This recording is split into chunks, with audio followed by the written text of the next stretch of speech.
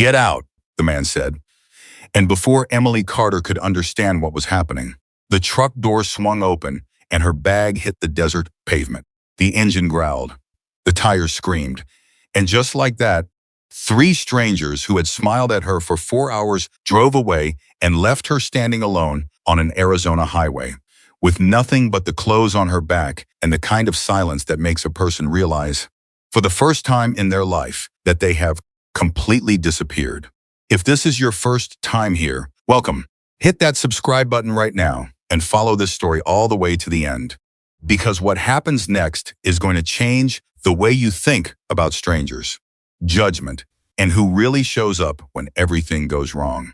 And drop a comment telling me what city you're watching from. I want to see how far this story travels. Now let's get into it. Emily Carter was not the kind of woman who made careless decisions. That was the first thing people got wrong about her when they heard the story later. They assumed she must have been naive. They assumed she must have been reckless. They assumed that a 25-year-old woman boarding a stranger's truck on the side of a highway somewhere outside Tucson must have simply not been paying attention to the world around her. But Emily had been paying attention her entire life. She had been careful. She had been deliberate. She had weighed every choice against every consequence since she was old enough to understand that the world did not offer second chances to people who couldn't afford to make mistakes. And for most of her life, that careful attention had kept her standing. It just hadn't kept her safe. She had left her apartment in Reno 14 days before the worst morning of her life. Not because she wanted to, not because she had somewhere better to go, but because the lease had ended and the new landlord wanted $800 more per month than she had been paying. And her manager at the restaurant where she had worked for 3 years had cut her hours down to barely 18 a week, and the math had become brutally simple. She could stay in Reno and fall behind by $600 every single month until she drowned in it. Or she could take the job offer she had received from a small catering company in Phoenix and try to start somewhere the numbers still worked. She chose Phoenix. She told herself it was brave. She told herself it was practical. She told herself that moving towards something, even something uncertain, was better than standing still while everything collapsed around you. What she didn't tell anyone, because there wasn't really anyone left to tell, was that she was terrified. Emily had grown up outside of Sacramento. Her mother had died when she was 16, and her father had remarried quickly and moved his new family to Oregon, and the geographic distance between them had gradually become an emotional one as well.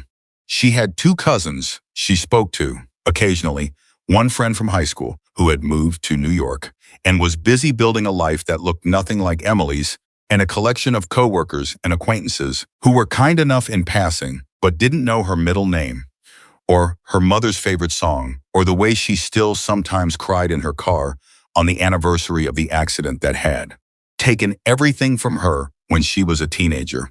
She was alone in the particular way that modern people are alone, surrounded by faces, connected to hundreds of screens, and still completely isolated in the moments that actually mattered. The bus from Reno to Tucson had taken 11 hours. She had sat by the window and watched the landscape shift from the green edges of Nevada into the long, amber silence of the desert, and tried to convince herself that she was watching the beginning of something rather than the end. In Tucson, she had planned to rest overnight at a budget motel and continue to Phoenix the next morning.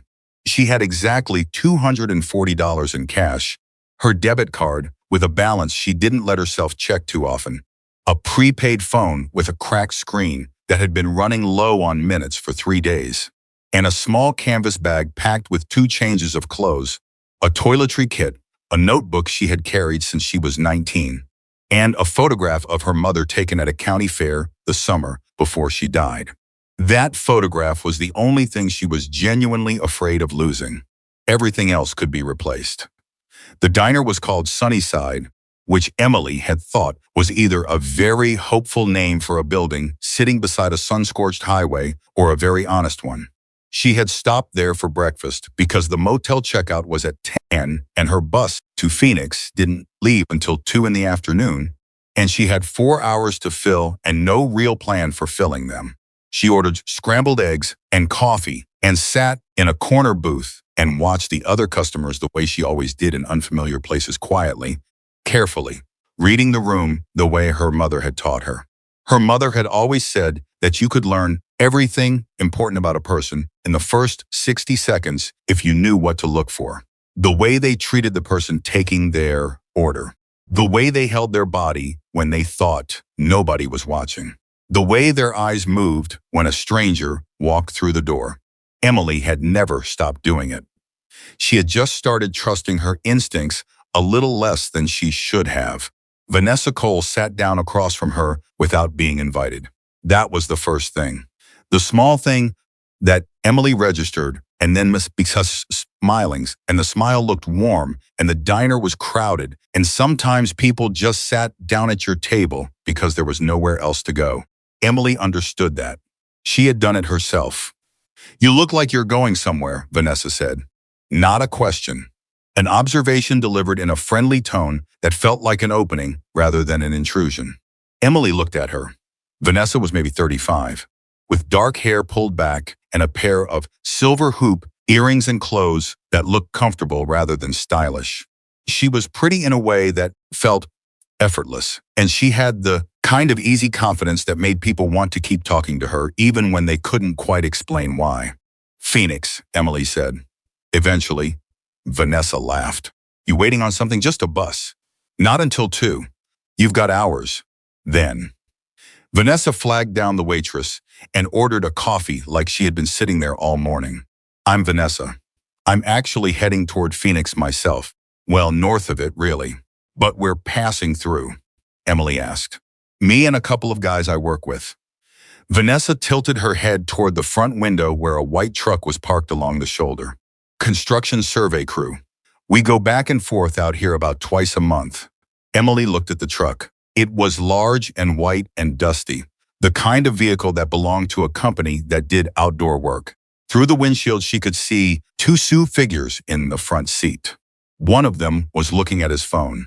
The other was eating something. They looked ordinary. That was the word that would stay with Emily later. They looked so completely, utterly, devastatingly ordinary. "That's a long drive to make twice a month," Emily said, because she was still being careful, still paying attention, still running the numbers. "You get used to it." Vanessa shrugged and wrapped both hands around her coffee cup. "Where are you coming from?" "Reno, that's a haul." "You got people waiting for you in Phoenix?" Emily hesitated for just a beat, and she would think about that beat for a very long time afterward. 1 second of honesty that she should have swallowed. "Not exactly," she said. "New job. Starting fresh kind of thing."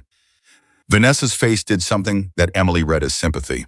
Looking back later, she would understand it was something closer to recognition. The kind of recognition a hunter feels when the animal steps into the right position.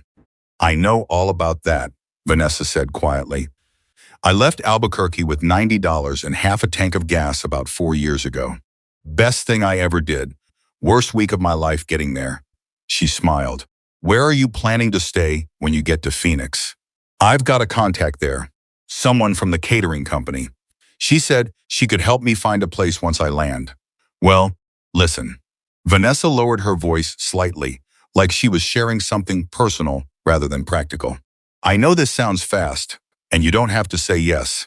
But if you want a ride, rather than sitting in a bus station for 4 hours and then riding another 4 hours on a bus, we've got room. We're going right through. We could drop you basically wherever you need to go in Phoenix." Emily's first instinct was no. Clean and clear and unambiguous. No. Her second instinct was to look at the 2 men in the truck again. One of them had gotten out and was stretching his legs beside the vehicle. He was average height, average build, wearing a blue t-shirt and jeans and work boots. He caught her looking and raised a hand in a casual wave. The kind of wave that carried zero aggression, zero urgency, zero sense of performance. "That's Danny," Vanessa said. "He's harmless. Total dad energy. He's got 3 kids and all he talks about is youth soccer league." She laughed. "The other guy is Marcus. He's quieter, but he'll talk your ear off about baseball if you let him." Danny had a good wave, Emily thought. A completely normal, completely unassuming wave. I appreciate it, Emily said slowly. But I don't want to impose. You're not imposing anything. We've got a bench seat in the back. There's a cooler with drinks. It's 4 hours on a bus versus maybe 3.5 in an air-conditioned truck. Vanessa tilted her head. What's the hesitation? Emily could have said it. She could have said, I don't know you. She could have said, I don't know them. She could have said, my instincts are telling me something I don't have a name for yet, and I've learned to listen to that voice even when it makes me look paranoid. Instead, she said, I just don't want to be a bother, which was not what she meant at all. But politeness is its own kind of trap, and Emily Carter had been polite her entire life, and somewhere in the machinery of that politeness was the gear that should have stopped everything before it started. You're not a bother, Vanessa said simply. Come on, I'll introduce you. The next 40 minutes were designed. Emily didn't know that yet. She wouldn't know it for hours. But every word that followed was part of a script that Vanessa and Danny and Marcus had been refined across dozens of encounters on dozens of highways, and Emily was simply the latest person to be cast in the role they had written for her. Danny talked about his kids. His oldest had just made the A-team in soccer, and his youngest had started reading chapter books, and his middle one was going through some kind of phase where she only wanted to eat pasta with butter, no sauce, nothing touching, just butter. And he laughed about it the way fathers laugh about things that exhaust them but that they secretly love. He was funny. He was warm. He asked Emily about her work and listened when she answered and didn't interrupt. Marcus was quieter, like Vanessa had said. He asked 2 or 3 questions about the catering industry. He seemed genuinely curious. He wasn't loud or pushy or intense. He was just there, solid and calm, filling up the space in the truck without demanding anything from it. Vanessa sat beside Emily in the back seat and talked about her own move from Albuquerque with the kind of detail that made it feel true. The bad landlord, the first week eating instant noodles, the job that hadn't worked out, followed by the job that had. The way a city you don't know slowly becomes a city that knows you. It all felt true because it was designed to. Emily relaxed by degrees, the way a person does when the evidence keeps telling them that the thing they feared is not actually happening. She sipped a soda from the cooler. She laughed at something Danny said. She looked out the window at the desert and felt for the first time since leaving Reno like maybe the next chapter was already starting. The truck had been moving for 2 hours when Vanessa said, rest stop coming up. Danny needs to stretch. You mind? Emily didn't mind. She was actually grateful. She had been thinking she might need a bathroom. The truck pulled off onto a dusty shoulder where a weathered picnic shelter stood beside a concrete block structure with a bathroom sign on it. There were no other cars. There was no shade that amounted to anything. There was just the highway stretching in both directions and the desert filling everything else. Emily grabbed her canvas bag and stepped out. The heat hit her like a physical object, thick and heavy and absolute in the way that Arizona summer heat always is, like the atmosphere itself has decided to press down specifically on you. I'll be right back, she said. Take your time, Vanessa said pleasantly. The bathroom was small and poorly lit. Emily set her bag on the edge of the sink and used the facilities, and washed her hands with the thin soap from the dispenser and looked at herself in the mirror for a moment. She looked tired. She looked like someone who had been on the road too long.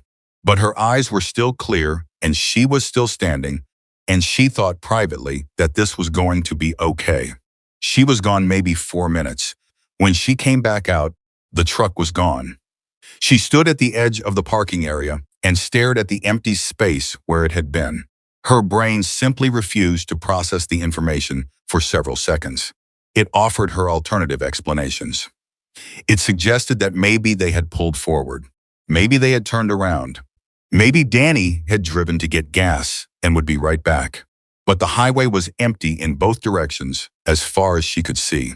And there was a stillness to the air that had nothing to do with the weather. Emily reached into her jacket pocket for her phone. The pocket was empty. She had left the phone on the bench seat.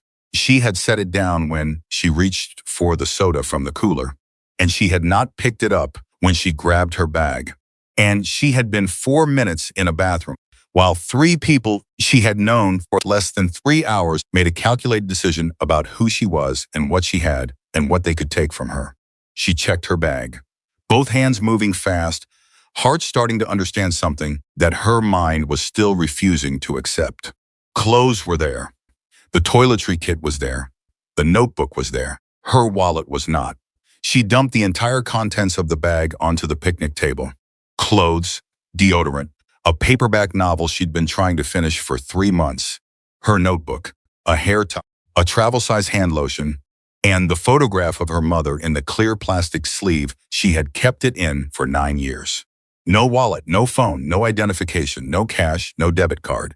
She stood at a concrete picnic table in the middle of an Arizona rest stop in June with a photograph of her dead mother and about $40 worth of clothes and zero ability to call anyone, flag anyone down through a device, prove who she was, or access a single dollar of the money that was theoretically hers. She was 25 years old and completely, genuinely, terrifyingly invisible. The first thing she did was walk to the highway and stand on the shoulder with her thumb out. Not because she was calm, not because she had a plan, but because moving was the only thing that felt like it was still within her control, and standing still felt like surrendering to something she couldn't name. 12 cars passed in the first 30 minutes. None of them slowed down. She tried to flag them more aggressively, stepping closer to the road, waving with both hands. A minivan actually sped up slightly. A sedan driver looked directly at her through the windshield and then looked deliberately away, the way people look away when they have made a decision about you. The heat was not an abstract concept. It was not a background detail. It was a living, pressing thing that pushed on her from every direction and demanded something from her body that her body was increasingly unable to give. She had not eaten since those scrambled eggs, which now felt like they had happened in a different lifetime. The soda she had drunk in the truck had been the last liquid she'd had. She was sweating through her shirt. Her head was beginning to feel disconnected from her body in the particular way it does in the early stages of heat exhaustion. She sat in the shade of the picnic shelter and tried to think clearly. There was a concrete block building on the property, the bathroom, and that was it. No vending machines, no emergency call box, no other structure within sight. She was probably 15 miles from the nearest town. She had no idea which direction that town was in. A semi-truck passed without slowing.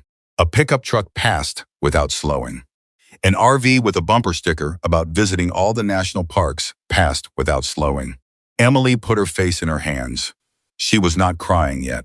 She was past the point of crying, into the territory of very controlled, very deliberate breathing that a person does when they are trying to keep themselves from losing something fundamental. Think, she said out loud. To herself, to the empty air, to the desert that genuinely did not care. Think. She could walk. In which direction, how far? In this heat? Without water? The math was terrifying. She could wait for someone to stop. How long? Until dark. The idea of being on this highway alone after sunset was worse than the idea of walking. She could try to stop a car more effectively. How? She didn't have anything to write a sign on. She had a notebook she could tear out a page and write help or emergency in whatever she had in her bag, which was, checking now, a single pen with maybe 30% of its ink remaining. She was writing on a piece of notebook paper with a dying pen when she heard it. She didn't hear it the way you hear something in the distance and gradually track it getting closer. She heard it the way sound hits you in the desert suddenly, fully, like the world had just turned it on. A motorcycle engine, deep and loud and mechanical in a way that rattled the bones a little. Emily stood up. She had never in her life been relieved to hear a motorcycle. She had grown up in suburbs where motorcycles meant noise complaints and her father's vague disapproval. She had always registered the sound as aggressive, somehow as though the volume itself was a kind of statement. But standing on an Arizona highway, with a piece of notebook paper and a mostly dry pen and the early symptoms of heat exhaustion building quietly in her bloodstream. The sound of that engine was the most beautiful thing she had heard in years. She ran to the shoulder. The motorcycle was large and black, and it was being ridden by a man who, at this distance, looked enormous. Even from 100 yards away, she could see the leather. She could see the patches on his vest. She could see the gray in his beard and the set of his shoulders and the particular posture of someone who had spent most of their life on the back of something powerful. Her mind did something immediate and automatic. It assessed the visual information and produced a verdict before she had consciously decided anything. The verdict was dangerous. She knew that verdict was what her mind was giving her. She also knew she had been standing on this highway for over 2 hours, and nobody driving anything safer had stopped. She held up the piece of paper. The motorcycle slowed. It didn't slow the way cars had slowed before speeding up again. It slowed with purpose and intention, pulling off onto the shoulder about 30 feet ahead of her. The engine cutting to a low, patient idle, and then going silent. The man did not immediately get off the bike. He sat there for a moment, just a moment. And in that moment, Emily became aware of her heartbeat in a way she hadn't been all day, not even when the truck disappeared. Then he swung off the bike and stood. He was tall. He was broad. He had a gray beard that was longer than most, and a face that had seen a great deal of weather over the course of its 52 years. His leather vest had patches on it that she couldn't read from where she was standing, and she didn't try to read them. He was wearing boots that had logged serious miles. His hands were large and weathered, and they hung at his sides where she could see them. He did not walk toward her immediately. He said, from where he was standing, in a voice that was low and unhurried, "You okay?" And Emily, who had been holding everything together through sheer force of will for hours, almost broke completely at the ordinariness of those 2 words. "No," she said. Her voice came out steady, which surprised her. "No, I'm not okay. Someone took my phone, my wallet, my ID. And I've been out here for—" She checked the sun's position because she had nothing else to check a while. He nodded, slowly. Like this information was being processed against a backdrop of similar information he had encountered before. "I'm going to come a little closer," he said, not asking for permission exactly, but saying it, making it a statement she could respond to. "That all right?" Emily looked at him. She looked at his hands. She thought about what the alternatives were. "Yeah," she said. He walked toward her at an unhurried pace and stopped maybe 8 feet away, close enough to talk, far enough to be clearly, deliberately non-threatening for a man of his size. "Hot day to be stranded," he said. "Yeah. You been drinking anything?" "Not since," she calculated, probably 3 hours ago. He turned back to the motorcycle without another word and unstrapped a saddlebag and came back with a water bottle. Full. Cold from whatever shade it had been living in. He held it out. Emily took it. She drank about half of it before she stopped herself because the part of her brain that was still functioning properly was reminding her that drinking too fast in heat like this could make things worse. "Slow down if you need to," he said, watching her without hovering. "I know." She lowered the bottle. "Thank you." He nodded. Then he reached into the front pocket of his vest and pulled out a phone. He held it out. "You can use this. Call whoever you need to." Emily stared at the phone. She thought about who she would call. Her father in Oregon, who would be concerned but helpless and far away. Her friend in New York, who would panic and also be helpless and far away. The catering company in Phoenix, who knew her name and her start date and nothing else about her. The police. She called 911 first. Because whatever else she needed to figure out, the police needed to know that 3 people had robbed her on a highway rest stop, and they needed to know now. The dispatcher was calm and efficient. She gave them the details she had. The white truck, the names Vanessa, Danny, and Marcus, which were almost certainly not their real names. A description of all 3. The general location of the rest stop. The dispatcher said a deputy could be there within 45 minutes and asked if she was safe. She looked at the man standing a few feet away, who had given her water and his phone, and was now examining the horizon with an expression of complete patience. "Yes," she said, "I think so, I'm safe." When she ended the call, he was looking at her. "Sheriff's coming?" he asked. "About 45 minutes." He nodded. "I'll stay." It was 2 words. No elaboration, no request for gratitude, no performance of heroism. Just, "I'll stay." Emily sat down on the concrete bench of the picnic shelter and looked at this man she didn't know who was standing in Arizona's summer heat without complaint, and she asked, because she genuinely needed to know, why? He looked at her. The lines around his eyes were deep from years of squinting into wind and sun. "Why what?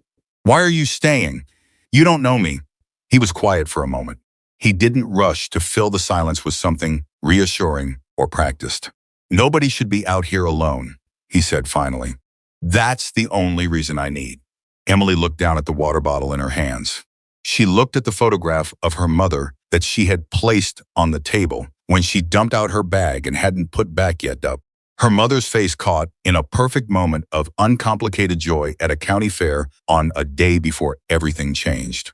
She thought about what had been taken from her today. She thought about what was still sitting in that white truck somewhere on an Arizona highway. And then she thought about the man standing 8 feet away who had asked for nothing and offered everything she actually needed. "I'm Emily," she said. He looked at her again, those weathered eyes taking a moment to decide something. "Caleb," he said. "People call me Bear." Emily almost laughed. It came out as something between a laugh and a breath, ragged at the edges and real in a way that the whole day hadn't been. "Why Bear?" He looked down at himself with a complete lack of self-consciousness. "You want a second opinion on that?" This time she actually laughed, and the sound of it surprised her, bouncing off the concrete and the desert air, completely out of place and completely necessary. The deputy arrived in 43 minutes. His name was Rodriguez, and he was thorough and professional, and he listened to everything Emily told him with the careful attention of someone who had heard worse and knew that what he was hearing mattered. He took descriptions. He took notes. He confirmed that there had been 2 other reports in the past 6 weeks of similar incidents at highway rest stops along the same stretch of corridor, involving travelers being befriended and then robbed of their identification documents specifically. "Not just their wallets," Rodriguez said. "Their IDs. That's the pattern." Emily heard that and understood something was sitting just below the surface of it, something that made the robbery more calculated and more frightening than she had let herself fully register yet. "What does that mean?" she asked. Taking the ID specifically, Rodriguez glanced at Caleb. Something passed between them, a look that carried information Emily wasn't yet part of. "It means," Rodriguez said carefully, "that it's probably not just theft." And in the long shadow of that sentence, standing in the fading afternoon light on an Arizona highway with nothing but a photograph and a half-empty water bottle, Emily Carter began to understand that the worst thing that had happened to her today was not the worst thing that could have happened to her today.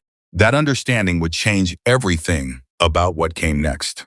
Rodriguez closed his notebook and looked at Emily with the particular expression of someone who had more to say and was deciding how much of it she was ready to hear.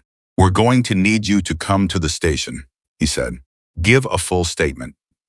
The descriptions you've provided, especially the woman, Vanessa, match something we've been building for a while." "Building what?" Emily asked. "A case." Rodriguez glanced again at Caleb. "I'd rather have that conversation at the station." Emily looked at her bag on the picnic table. She looked at the empty highway. She thought about the way Rodriguez had said, "It's probably not just theft," and the careful weight behind those words, and the thing he hadn't said that she could feel sitting in the space between them like a third person in the conversation. "Okay," she said, "I'll come." Rodriguez looked at Caleb. "You're welcome to follow, given the circumstances." Caleb was already moving toward his motorcycle, already planning on it. Emily watched him go and felt something she couldn't name settle in her chest. Not comfort exactly, not trust exactly. Something closer to the recognition that a person exists in the world who did not have to stop and did anyway. And that recognition was doing something quiet and structural, to the way she understood people. She picked up the photograph of her mother and put it carefully back in the bag. Then she got into Rodriguez's cruiser, and Caleb's motorcycle fell in behind them, and they drove into the part of the day that would remake everything Emily thought she knew about what had happened to her. The sheriff's substation was small and fluorescent lit and smelled like old coffee and carpet that had absorbed too many difficult conversations over too many years. Rodriguez brought her a paper cup of water and a granola bar from somewhere and sat across from her at a plain table and pulled out a folder that was thicker than Emily expected. "I'm going to show you some photographs," he said. "I need you to take your time. Don't rush. Just tell me if you recognize anyone." He laid 6 photographs on the table in 2 rows of 3. Emily looked at them. She moved her eyes slowly from face to face, the way Rodriguez had said, without rushing, without letting the urgency in her chest push her toward an answer before she was certain. She stopped on the 3rd photograph in the 2nd row. "That's her," Emily said. "That's Vanessa." Rodriguez didn't react with excitement. He didn't reach for the photo or make a note immediately. He just watched Emily's face. "You're certain?" "I sat next to her for almost 3 hours. Emily's voice was even. "I know what her face looks like." Rodriguez made his note then. A single line. He picked up the photograph and looked at it himself and set it face down on the table with a deliberateness that felt significant. "Her name is not Vanessa Cole," he said. "Her name is Denise Farrow. She has 2 prior convictions in New Mexico, 1 in Nevada, both for fraud-related offenses." He paused. "The 3rd was pending when we lost track of her 8 months ago." Emily absorbed this. 8 months. This woman had been doing this for at least 8 months that they knew about, and probably longer, and she had been doing it with such practiced ease that she had sat down across from Emily in a diner and been genuinely convincing for 4 hours. "The men," Emily said, "Danny and Marcus. We have a strong candidate for one of them based on your description. The other is less clear. We're working on it." Rodriguez folded his hands on the table. "Emily, I want to be straight with you, because I think you deserve that. What happened to you today is part of something larger. These 3 people are not opportunistic thieves. They are operating a system." The word system sat in the air between them. "What kind of system?" Emily asked, though some part of her already knew. Had already known since Rodriguez said it's probably not just theft, and she had heard the thing underneath those words and understood without wanting to understand. "They target travelers," Rodriguez said.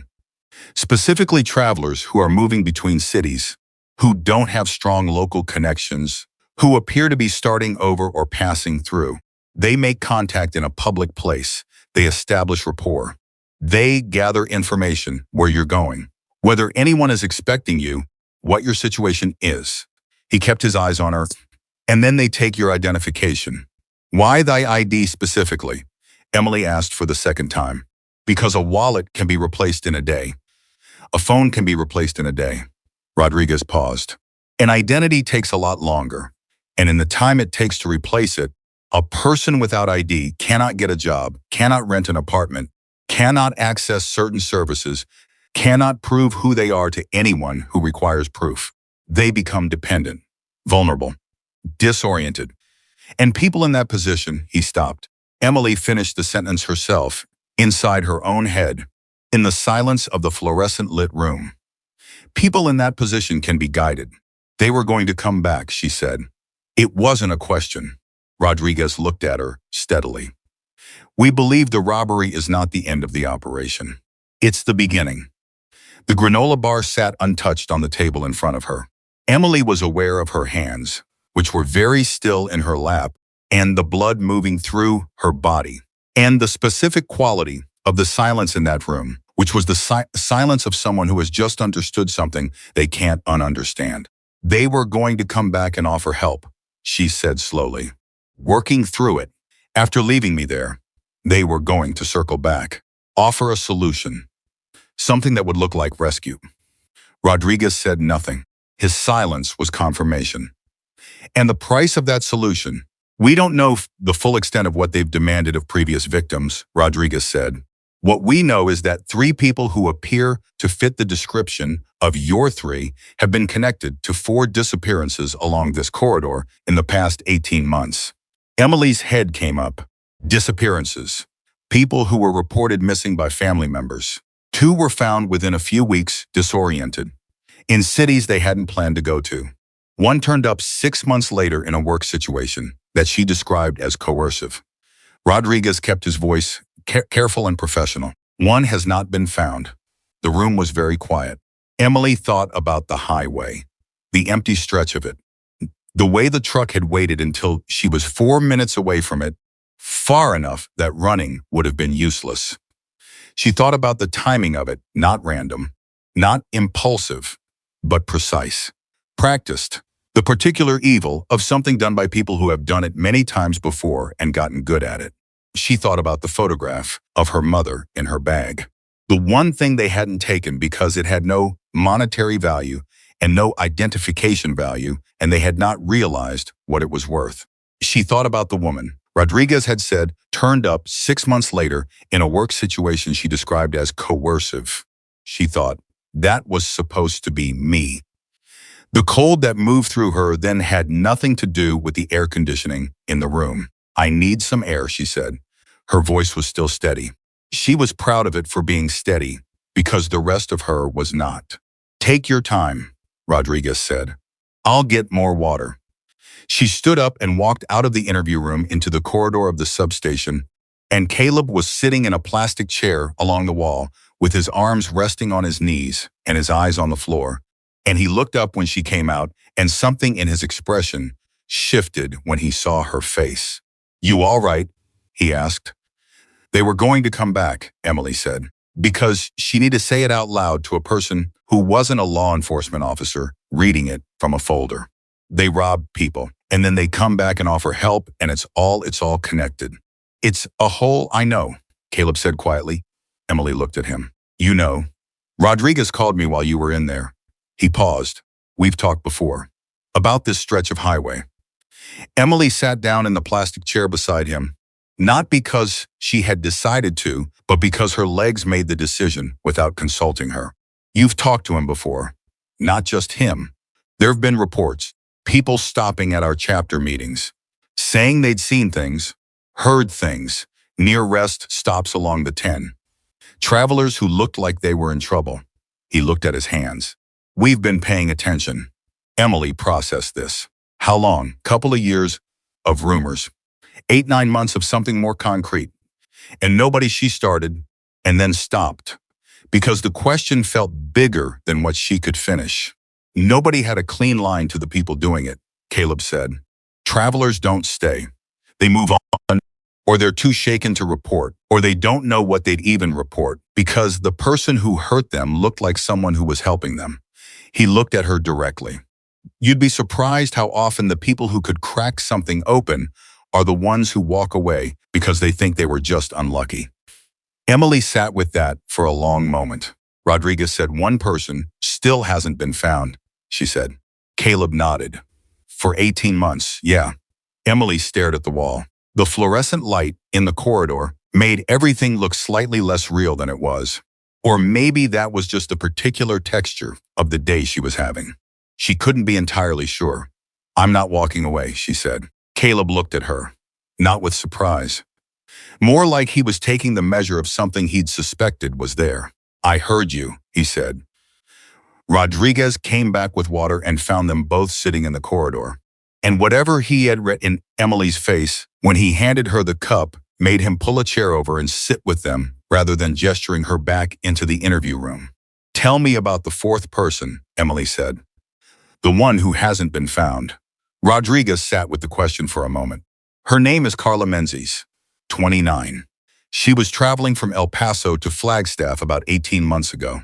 Her sister reported her missing when she stopped responding to messages.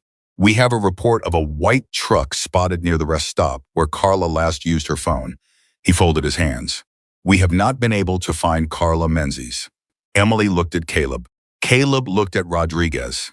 Something moved between all 3 of them that wasn't words. What do you need from me? Emily asked. Rodriguez looked at her carefully. A full statement tonight. As much detail as you can give about all three of them. Everything they said, everything you observed. After that, he paused. I'm not going to ask you for anything else right now. You've been through something serious today, and you should have time to know, Emily said. I don't mean tonight. I mean going forward. She set the water cup on the floor beside her chair. You said you've been building something. A case. What does that case need? Rodriguez was quiet for several seconds. The air in the corridor had changed quality. The way air changes when a conversation crosses from one territory into another, and both parties know it. The pattern we've documented, he said carefully, involves victims who can't fully identify their attackers because the interaction happened in a context that looked voluntary. The perpetrators rely on that ambiguity. He paused.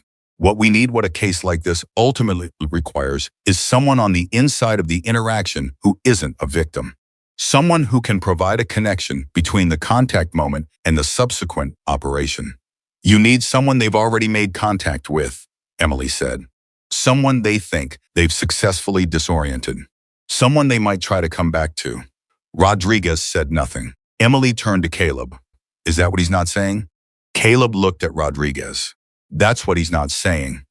They took my identification, Emily said, which means they have my name, my address from before Reno, my old Nevada license. They have my face. They know I was heading to Phoenix alone and that nobody was immediately expecting me. She paused. They think they left me with nothing, which means if I surface, if I come back into whatever system they use to track their targets, they might try to approach me again.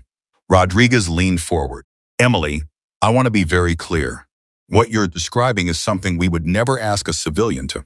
I know you're not asking, Emily said. I'm offering. The corridor was very quiet. Somewhere in the building a printer was running. A phone rang twice and stopped. Caleb was looking at the floor again. Emily glanced at him. What are you thinking? She asked. He looked up. I'm thinking you've had one of the worst days of your life, and you're already 3 steps ahead of where most people would be. He paused. I'm thinking that's either the bravest thing I've seen in a while or the most dangerous. And I'm not sure there's a lot of distance between those two things. Which do you think it is? Emily asked. Caleb considered. Both, he said. Usually is. Rodriguez made a decision that Emily could see. In the way his posture changed, the subtle shift of a person who has stopped managing a situation and started committing to it. Here's what I can tell you, he said. We have a contact in Phoenix, a detective named Alvarez, who has been running parallel inquiries into trafficking adjacent operations along the I-10 corridor. If you're serious about what you're suggesting, the first step is a conversation with Alvarez, not a commitment. A conversation. You understand the difference? Yes, Emily said. And you have somewhere to stay tonight? Somewhere safe? Emily thought about the catering company contact in Phoenix.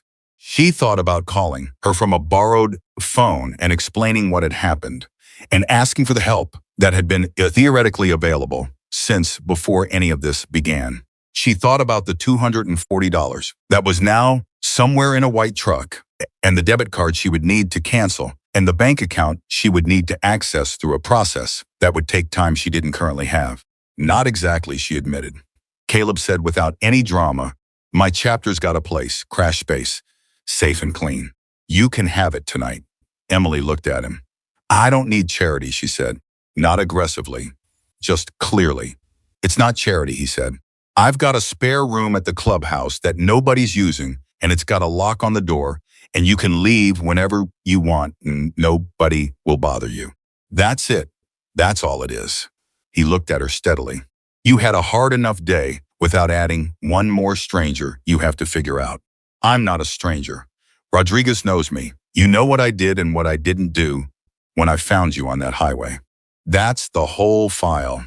Emily thought about the moment he had stopped 30 feet away and kept his hands visible and asked permission to come closer. She thought about the water, the phone, the 2 words, I'll stay. She thought about Carla Menzies, 29 years old, last seen 18 months ago near a rest stop on an Arizona highway, and the sister who had been waiting since then for a phone to ring. Okay, she said, tonight. The statement took 2 more hours. Rodriguez was thorough and patient, and Emily discovered that she had retained far more detail about those 4 hours in the truck than she had realized. Specific phrases Vanessa had used, the way Danny had looked at Marcus in the rearview mirror at one point for slightly too long, the route the truck had taken, the radio station that had been playing, the brand of soda in the cooler, the exact words Marcus had used when he asked her about catering. The level of detail surprised even her. Rodriguez took it all down. At one point, he stopped and looked at her and said, "You have a remarkable memory." "My mother used to say that," Emily said. She said it like it was a gift. She paused. "It mostly just means I remember everything that goes wrong." Rodriguez looked at her with something that was not quite pity and not quite admiration, but lived in the territory between them. "Tonight it's a gift," he said. When they finally stepped out of the substation, the heat had shifted into the particular dry warmth of an Arizona evening that is still hot by any reasonable measure, but carries the suggestion of night in it, the sense that the worst of the day's punishment is behind you. Stars were beginning to establish themselves in the east. Caleb was waiting beside his motorcycle. He had a jacket draped over the seat. When Emily came out, he picked it up and held it out. "Temperature drops fast out here once the sun goes," he said. Emily took the jacket. It was large and heavy and smelled like road and engine and something else she couldn't name, something like worn leather and years and a life lived mostly outside. She put it on. The sleeves came down past her wrists. "Thank you," she said. Caleb looked at her in the jacket. Something crossed his face that was private and quick and gone before she could read it completely. "You ride?" he asked. "Never. Hold on then," he said. "And lean with me, not against." She climbed on behind him, and the engine turned over under them, and she gripped the sides of his vest, not his jacket, just the leather of it, because it felt like a handle, and she needed a handle right now. And they pulled out of the substation parking lot and onto the road. The wind was immediate and total. It pushed against her and through her and all around her, and for the first time in what felt like the entirety of the day, her mind went briefly quiet, not resolved, not healed, not finished with what it needed to process, but quiet. The way a mind goes quiet when the body is doing something that demands its full attention. She held on. She leaned when he leaned. The desert moved past them in the dark. And somewhere in a white truck on an Arizona highway, 3 people who had carefully studied her, who had taken her name and her money and her identification and her phone and had stood her in the heat and driven away believing they had taken everything. Those 3 people did not yet know that what they had actually done was select the wrong woman. They would find out. The question was how long it would take and how much it would cost them, and whether Carla Menzies would still be findable when the bill finally came due. Emily Carter, 25 years old, nobody's victim, held on to a stranger's vest in the Arizona night and thought about all of it. She didn't look back. The Hells Angels clubhouse was nothing like what Emily had constructed in her imagination during the 20-minute ride through the dark. She had expected something threatening, something that announced itself, something that matched the version of these places she had absorbed. From years of cultural noise movies, news segments, the general low hum of warning that surrounded the words Hells Angels in ordinary American conversation. What she found was a large building with a parking lot full of motorcycles and, inside, about 11 men sitting around tables with beer and food, arguing loudly about a baseball game on a television mounted in the corner. One of them had a dog, a thick-necked, older animal who was asleep on a total commitment of a creature who had absolutely nowhere more important to be. The arguing stopped when Caleb walked in with Emily behind him. 11 faces turned. 11 different versions of assessment moved across 11 different expressions. Emily stood her ground the way she had been standing her ground all day, not because she wasn't scared, but because she had used up too much energy on fear already and couldn't spare more of it for a room full of men looking at her. Caleb said, "She had a rough day. She's staying in the spare room tonight. Anyone got a problem with that? Say it now." Nobody said anything.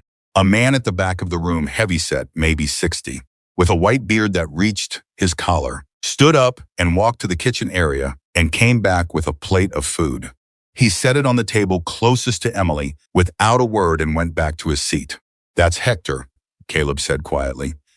His way of saying welcome. Emily sat down at the table and ate, and the baseball argument resumed around her. And the dog continued sleeping, and nobody demanded anything from her or asked her to explain herself or treated her like a puzzle that needed solving. They just let her exist in the room, which was, she realized, the most generous thing anyone had done for her in a very long time.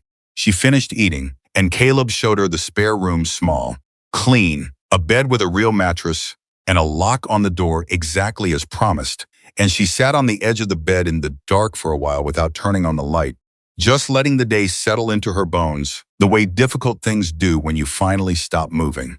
She thought about Carla Menzies. She thought about the 18 months Carla's sister had been waiting. She turned the light on and opened her notebook and started writing. She wrote everything, every word Vanessa had said, every look Marcus and Danny had exchanged, the exact phrasing of questions they'd asked, and the timing of when they'd asked them, the texture of the kindness they'd performed, and the places where, looking back, the seams showed. She wrote it all down in her careful, precise handwriting, and when she was finished, she had 6 pages and a clearer picture of what had been done to her than Rodriguez's folder had yet assembled. She looked at what she'd written. Then she made a decision that she did not discuss with anyone that night, because she knew if she discussed it, she would hear all the reasonable arguments against it, and she was not in the mood to be reasonable. She was in the mood to be useful. She turned the light off and lay back and slept harder than she had any right to. In the morning, Caleb was already in the kitchen when she came out. He had coffee ready without asking if she wanted any, which was either impressive instinct or the result of 30 years of understanding that people need coffee in the morning, and asking about it is just an extra step. "Rodriguez called," he said, sliding a cup toward her. "Alvarez can meet us at 10. Emily sat down. "What do you know about Alvarez?" "Good cop. Serious. She's been working the corridor for 3 years. He leaned against the counter. She's the one who connected the ID theft pattern to the larger operation. Rodriguez has been feeding her information. She's the one who knows how big this actually is." "How big is it?" Caleb picked up his own cup. "Big enough that she's been trying to crack it for 3 years and still doesn't have what she needs." Emily thought about that. 3 years. Whatever Denise Farrow and her crew were doing, they were doing it with enough sophistication to stay ahead of a serious investigator for 3 years. "What does she need?" Emily asked. Caleb looked at her over the rim of his cup. "She'll tell you herself. That's her conversation to have." Emily nodded and drank her coffee and thought about the 6 pages in her notebook. Detective Maria Alvarez was compact and direct, and had the kind of eyes that processed information faster than most people generated it. She met them at a diner, not the sunny side, a different one, in a different part of the highway system, which made Emily appreciate the choice, and she had a laptop open on the table and a cup of coffee that looked like it was her third of the morning. She shook Emily's hand and then looked at her with a directness that was not unkind, but was absolutely unsparing. "Rodriguez sent me your statement," she said. "It's the most detailed first account we've had from anyone who's had contact with this group. I want to talk about what you observed, but first I want to ask you something directly." "Okay," Emily said. "Are you here because you want justice for what happened to you, or are you here because you want to help find Carla Menzies?" Emily didn't hesitate. "Both. Is that a problem?" Alvarez almost smiled. "No. I just needed to know which one was driving." She opened something on her laptop and turned it so Emily could see. "This is what we know." What they knew was more and less than Emily had expected. More in the sense that Denise Farrow Vanessa had a documented history going back 7 years across 4 states, a history that had evolved from straightforward fraud into something considerably darker. Less in the sense that the core of the operation who was running it, who was profiting from it, where the most vulnerable victims ended up, remained stubbornly out of reach. "She's a recruiter," Alvarez said. "We're reasonably certain of that. The 2 men, one of whom we've now tentatively identified as a man named Victor Reyes. The other still unknown, they're operational. They handle the logistics after the initial contact. She tapped the screen. The woman, Pharaoh, is good at selection. She doesn't approach everyone. She watches. She picks people who fit a specific profile. Traveling alone, Emily said. Traveling alone, yes. But more than that, people who are between things, between cities, between jobs, between lives. People who have given up one thing and haven't yet arrived at the next. People who Alvarez paused. When they go missing, the shape of their disappearance looks like a choice they might have made. Emily sat with that. The shape of their disappearance looks like a choice they might have made. It was such a clinical way to describe, such a precise cruelty, the engineering of vulnerability so complete that even the victim's absence could be read as something they had chosen. How many people? Emily asked. Total. How many do you think they've done this to? Alvarez looked at her steadily. Conservative estimate, based on the pattern, over 7 years, and the geographic range we can document, between 40 and 60 people. Possibly more. The number hit the table like something physical. 60 people, Emily said. At minimum. Caleb, who had been quiet across the table, set down his coffee cup. And you still don't have what you need to bring them in. Alvarez's jaw tightened slightly. We have a pattern. We have fragments. We have victims who are too frightened or too destabilized to testify, or who have been missing too long to provide any testimony at all. She looked at Emily. What we don't have is a clear, documented, provable chain connecting the moment of contact to what happens afterward. The mechanism that turns a robbery on a highway into something prosecutable at a higher level. You need to catch them in the act, Emily said. We need more than the robbery, Alvarez said carefully. We have robbery. We need what comes after the robbery. And there it was. Clean and simple, and exactly what Emily had understood the night before in the dark of the spare room. They're going to try to contact me, Emily said. Alvarez was very still. They have my name, Emily continued. My old Nevada address. My face. They know I was heading to Phoenix with no support system and no immediate safety net. They took my identification specifically so I would be destabilized and dependent. She kept her voice level. That profile, a young woman alone, no connections in the city, no ID, disoriented, that's exactly the profile of someone they'd try to leverage. They're not going to throw that away. Emily, Caleb began. Let me finish. She looked at Alvarez. If I go to Phoenix as planned, let myself be seen. Let it be known that I arrived, but I'm struggling. That I don't have my ID yet. That I'm in exactly the position they designed they might make contact. Alvarez said nothing for a long moment. The diner moved around them, plates, coffee, ordinary conversation, and in the middle of it, the three of them sat with the weight of what Emily was proposing. That's not something I can ask you to do, Alvarez said finally. You're not asking, Emily said. I'm telling you what I'm going to do. The question is whether you want to build something around it or let me do it alone. The silence stretched. Then Caleb said quietly, she's going to do it either way. Maria. Alvarez looked at him, then back at Emily. Then she closed her laptop with a sound like a period at the end of a long sentence. Tell me about the 6 pages, she said. Emily looked at her. Rodriguez told you. Rodriguez said you came in with more detail than most trained witnesses produce after a week of debriefing. He said you had written things down. Alvarez leaned forward. I want to read them. Emily reached into her bag and took out the notebook and set it on the table. Alvarez read. She read slowly, with the kind of attention that meant she was doing several things, simultaneously absorbing the content, evaluating its reliability, cross-referencing it against things she already knew. At one point, she stopped and looked up. The question Marcus asked about your catering company, Alvarez said. He asked specifically whether it was independently owned or part of a chain. Yes, Emily said. I thought he was just making conversation.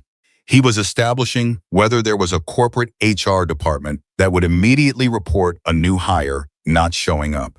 Alvarez looked back at the notebook. That's not casual conversation. That's protocol. The word protocol fell into Emily's understanding of the previous day and rearranged everything it touched. Not 3 people who had gotten lucky with a good mark. 3 people running a procedure, checking boxes, doing their jobs. She felt sick in a way that had nothing to do with the heat or the hunger of the previous day. She felt sick in the way you feel when you understand that the thing that happened to you was not personal and was not random, but was executed by people who do it the way other people go to work, methodically, professionally, without the weight of individual conscience.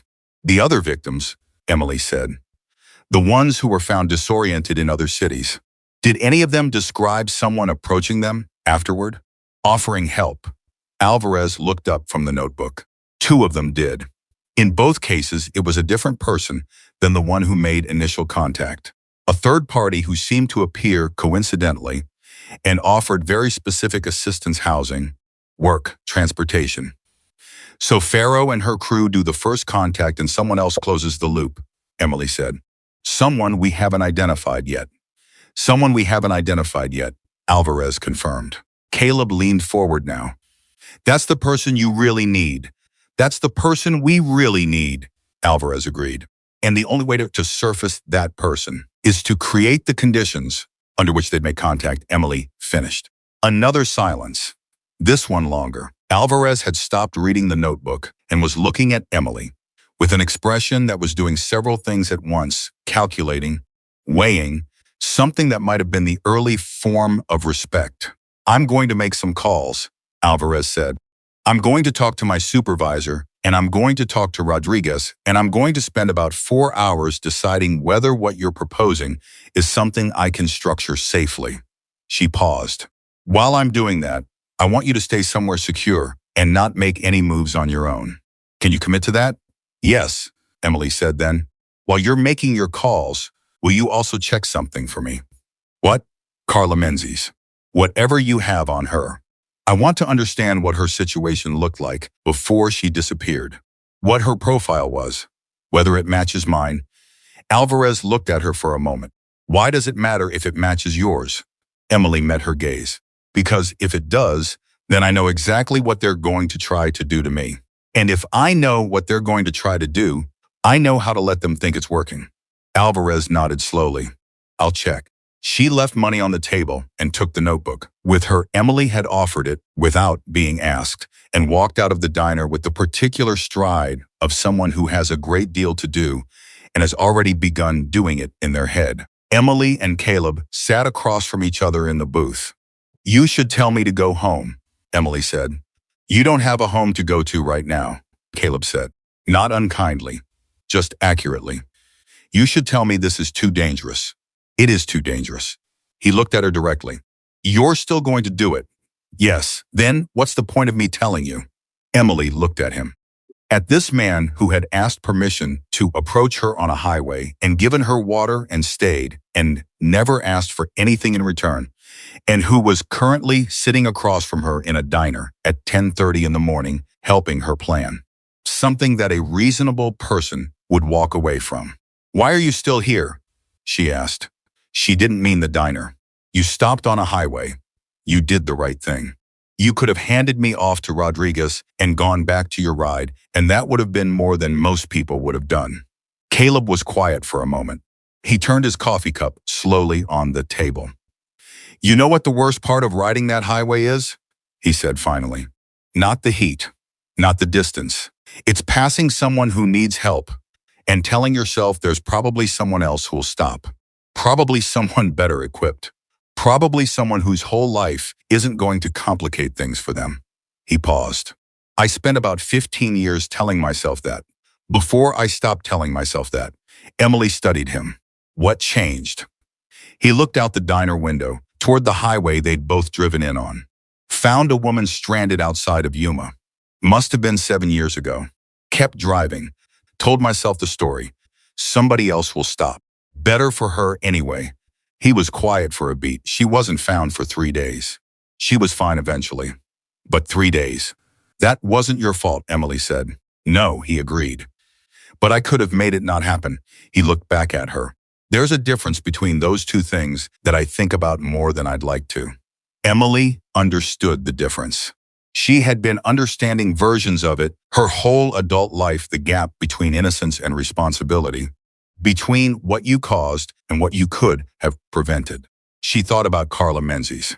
3 days was one thing. 18 months was something else entirely. Alvarez called back at 2:30 in the afternoon. Emily was at the clubhouse by then, sitting at a table with her notebook and a glass of water, and Hector's dog had migrated over and put its massive head on her knee with the complete confidence of an animal that has never been told it wasn't welcome anywhere. I checked on Menzies, Alvarez said. No preamble. Her profile before she disappeared matches yours almost exactly. 29, traveling alone between cities in a transition period. No immediate employer expecting her for 2 more days after she went missing. No local connections at her destination. A pause. She had a cracked phone screen. Emily went very still. She had a cracked phone screen, Emily repeated. In the report her sister filed, she mentioned it specifically because Carla had texted her from the bus station in El Paso, and the sister could see in the photo. Carla sent that the screen was cracked. Emily looked at the canvas bag beside her chair.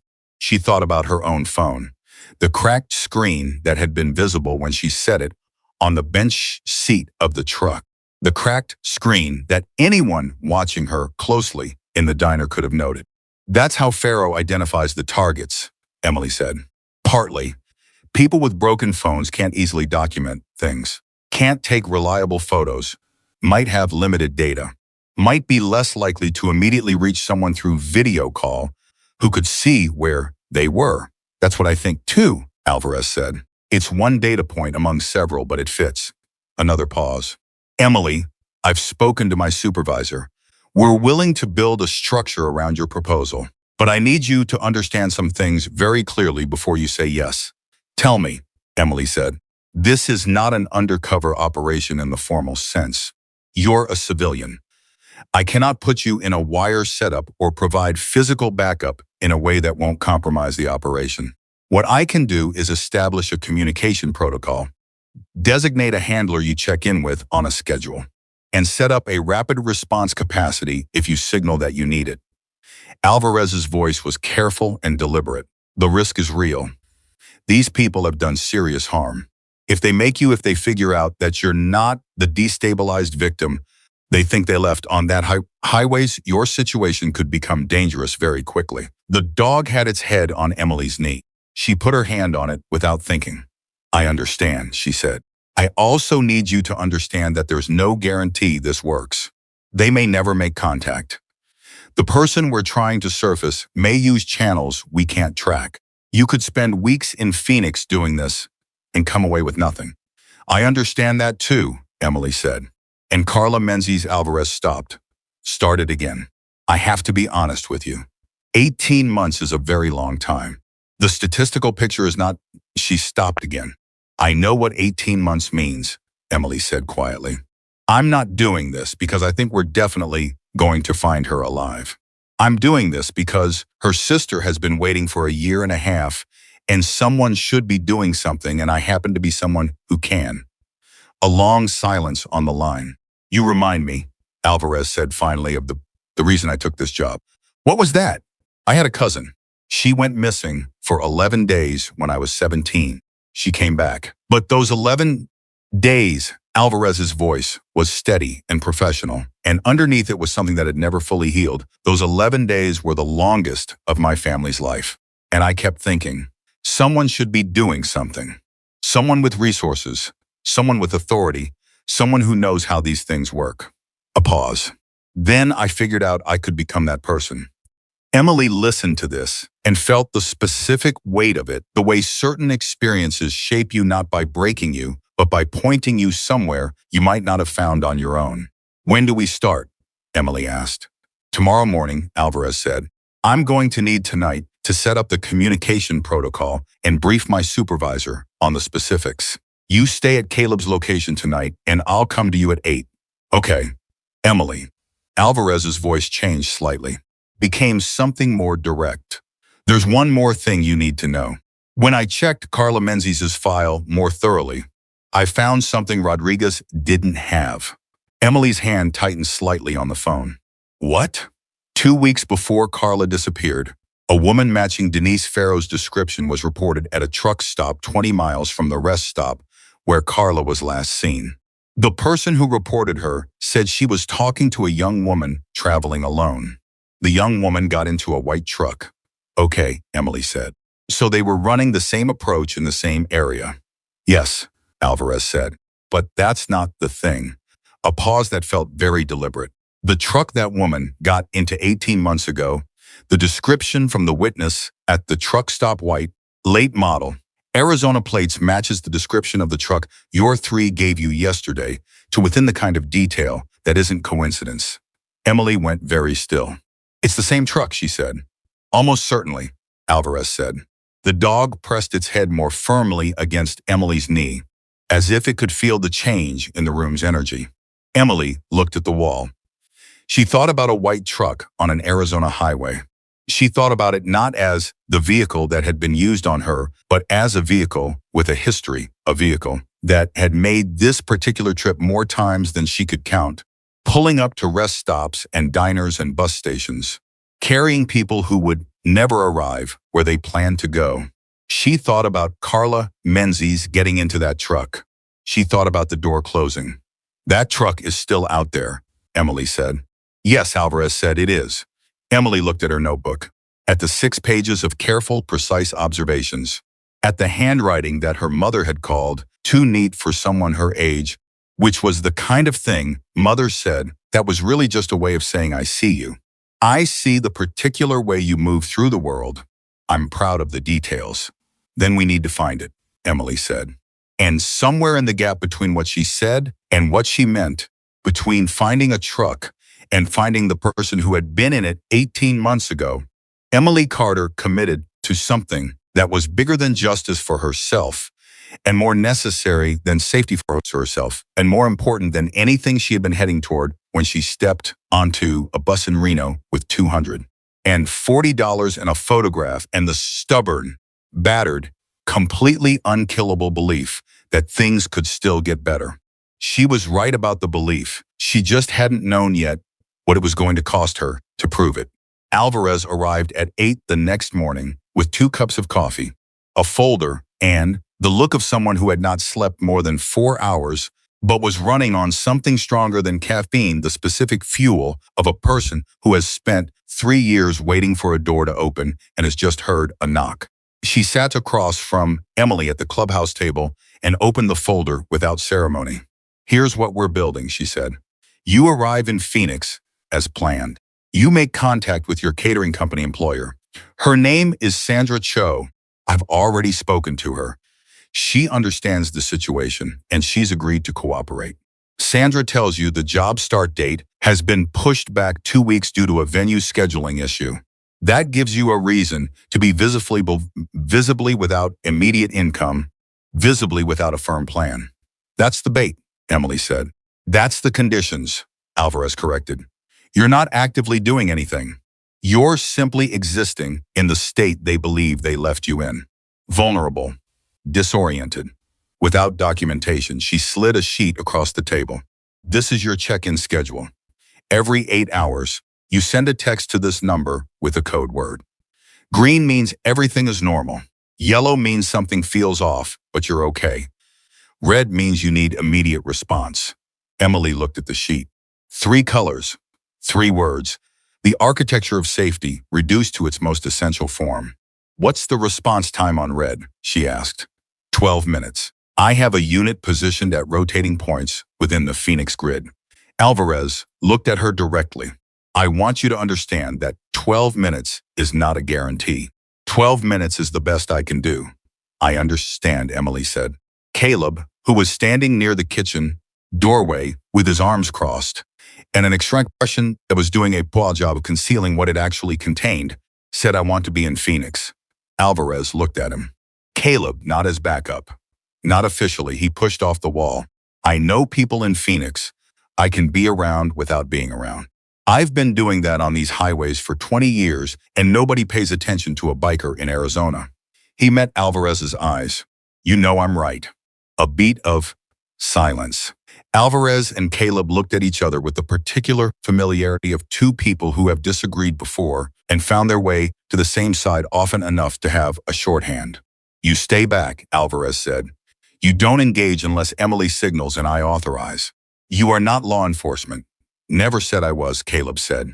You follow her lead, not the other way around. Understood. Alvarez looked at Emily. Are you comfortable with that? Emily looked at Caleb. She thought about the highway. She thought about hands kept visible and water offered and 2 words I'll stay that had been worth more than anything she'd been told that day by people she'd known far longer. Yes, she said. I'm comfortable with that. They left for Phoenix within the hour.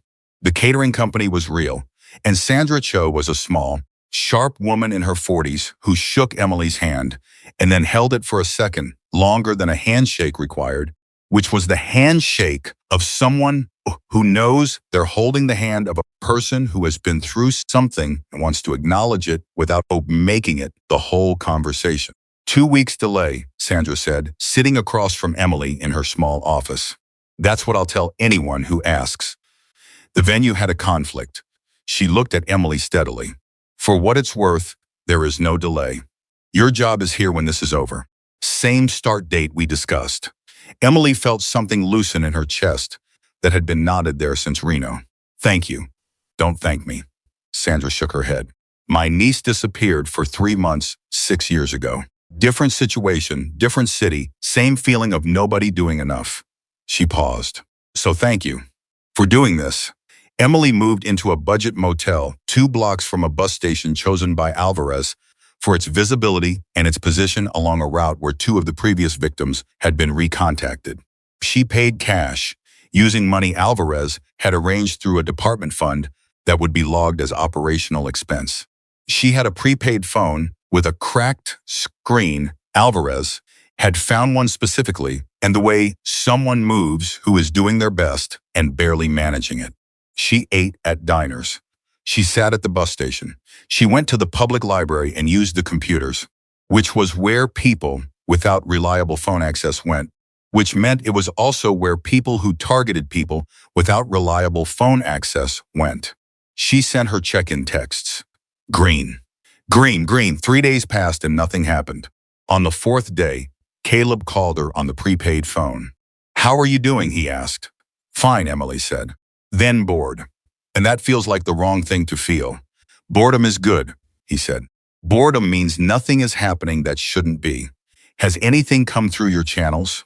Caleb was quiet for a moment. He had, over the 3 days since arriving in Phoenix, made contact with 2 other Hells Angels chapter members who rode the I-10 corridor regularly and had been quietly keeping eyes on certain locations for the better part of a year. The kind of informal, distributed attention that didn't show up in any official record but covered a great deal of ground. There's a white truck been seen twice in the past 4 days, he said. Not confirmed as the same vehicle, but same general description, same plate region. Emily sat up straighter on the motel bed. Where? Once near the bus station on Van Buren, once near a shelter on the west side. He paused. I'm not telling you this so you do anything. I know, Emily said. I'm telling you because you should know. I know, she said again. She texted Alvarez yellow. Alvarez called back in 4 minutes. Emily told her about the truck. Alvarez was quiet in the way she got quiet when she was thinking fast. Don't change anything you're doing, Alvarez said. Same routine tomorrow. Same places. I'm repositioning one of the units. Okay, Emily said. She lay back on the motel bed and stared at the ceiling and thought about the white truck and the people inside it and what they were doing near the bus station and the shelter and whether any of the people they had looked at this week had cracked phone screens and traveled alone and looked like they were between one life and the next.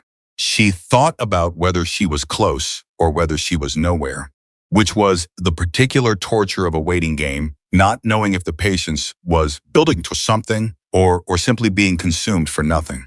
On the 5th day, the woman sat down across from her in the library. Not Denise Farrow, not anyone Emily had ever seen.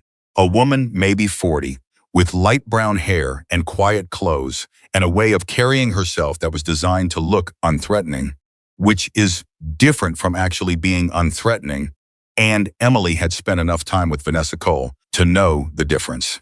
Excuse me, the woman said pleasantly. I don't mean to bother you, but are you all right? You look like you might be having a hard week. Emily looked at her. Every nerve in her body fired simultaneously, and then she put every single one of those nerves under the floorboards and smiled the smile of someone who is exhausted and slightly embarrassed. That obvious? She said. I work with a resource center not far from here, the woman said. I come in here a couple of times a week just to be available if anyone needs information about services. She slid a card across the table. No pressure at all. But if you need help navigating anything ID replacement, temporary housing, employment resources, that's what we do. Emily looked at the card. It was clean and professional. A name, the woman introduced herself as Paula, a logo for something called the Transitional Bridge Network, a phone number, an address. She picked up the card. I actually do need help with my ID, Emily said. I had some things stolen a few days ago, and I don't know how to start replacing everything without already having ID to prove who I am. She let just enough of the real exhaustion of the past week into her voice. It wasn't difficult. It feels like a circle I can't break into. Paula's expression was sympathetic and practiced. That's one of the most common situations we help people through. The system makes it genuinely difficult for people to replace documents without documents. She leaned forward slightly. We have connections with caseworkers who specialize in exactly that situation. If you wanted to come in tomorrow, no appointment necessary. I can personally introduce you to someone who can start that process. Emily looked at the card again. Transitional Bridge Network. That would be really helpful, she said quietly. Thank you. Paula left. Emily sat at the library computer for exactly 6 more minutes so that Paula, if she was watching, would see someone who had received the information and was processing it with the low energy of someone who barely has the capacity to hope anymore. Then she went to the bathroom, turned on the faucet, and texted Alvarez read. Her phone rang in 45 seconds. Talk to me, Alvarez said, Emily told her. Every word. The name, the organization, the card, the offer, the specifics of the conversation. She could hear Alvarez typing on the other end. Transitional Bridge Network, Alvarez said. Hold on. The typing continued. This organization is registered in Arizona, but the registration is 18 months old and the address is a commercial mail forwarding service. A pause. Emily, this is them. This is the mechanism we've been looking for. Emily's heart was doing something complicated in her chest. She breathed through it. What do I do tomorrow?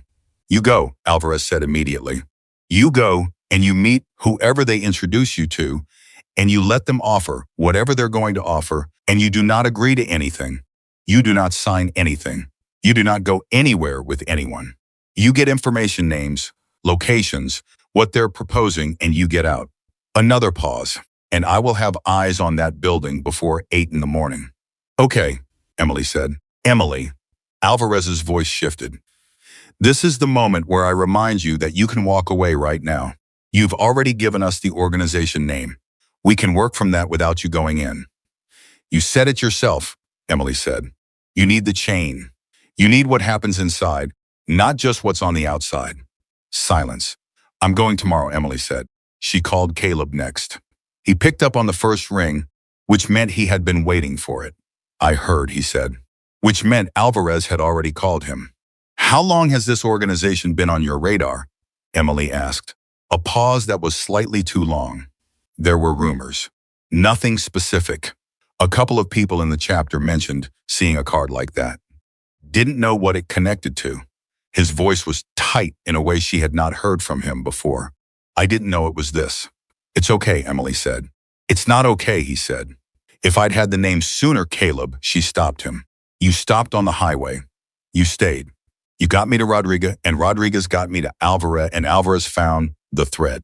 The whole chain starts with you stopping on a highway. She paused. That's not nothing. That's everything. He was quiet for a long moment. You don't have to say that. I'm not saying it to make you feel better, Emily said. I'm saying it because it's true, and I think you should know it. She heard him exhale. A long, slow breath, the kind that carries something down with it. I'll be 2 blocks from that building at 9 tomorrow, he said. You come out, you'll see me. I know I will, she said. She didn't sleep much that night. She lay in the dark and ran through every variable she could construct and some she couldn't. And she thought about Paula with her practiced sympathy and her professional card and the 18 months of machinery that card represented. And she thought about the person at the center of it all, not Pharaoh, not Reyes, not the operational layer, but whoever was running this. Whoever had decided that vulnerable people in transition were a resource to be harvested rather than human beings in a hard moment. She thought about that person and felt something that was not quite anger and not quite grief, but lived exactly in the space between them, the cold, clarifying emotion of someone who has decided that a specific wrong must be made right, regardless of the personal cost of making it. She was up at 6. She sent Alvarez a green text out of habit and then sat with her notebook and wrote for an hour. Not about the case, about her mother. About Reno, about the bus ride and the way the desert looked from the window when you're carrying everything you own and trying to believe you're heading towards something. She wrote about the highway and the moment the truck disappeared and what she had found out about herself in the hours that followed, that she was harder than she knew, more enduring than she had been told, capable of a kind of focus under pressure that surprised even her. She wrote, "I don't know if Carla Menzies is alive, but I know that somebody should have done this sooner. I'm doing it now. That's all I can do." She closed the notebook and got dressed and walked to the Transitional Bridge Network address. The building was an ordinary commercial space on a street with other ordinary commercial spaces. The signage was modest and professional. Inside, it looked exactly like what it claimed to be a reception desk.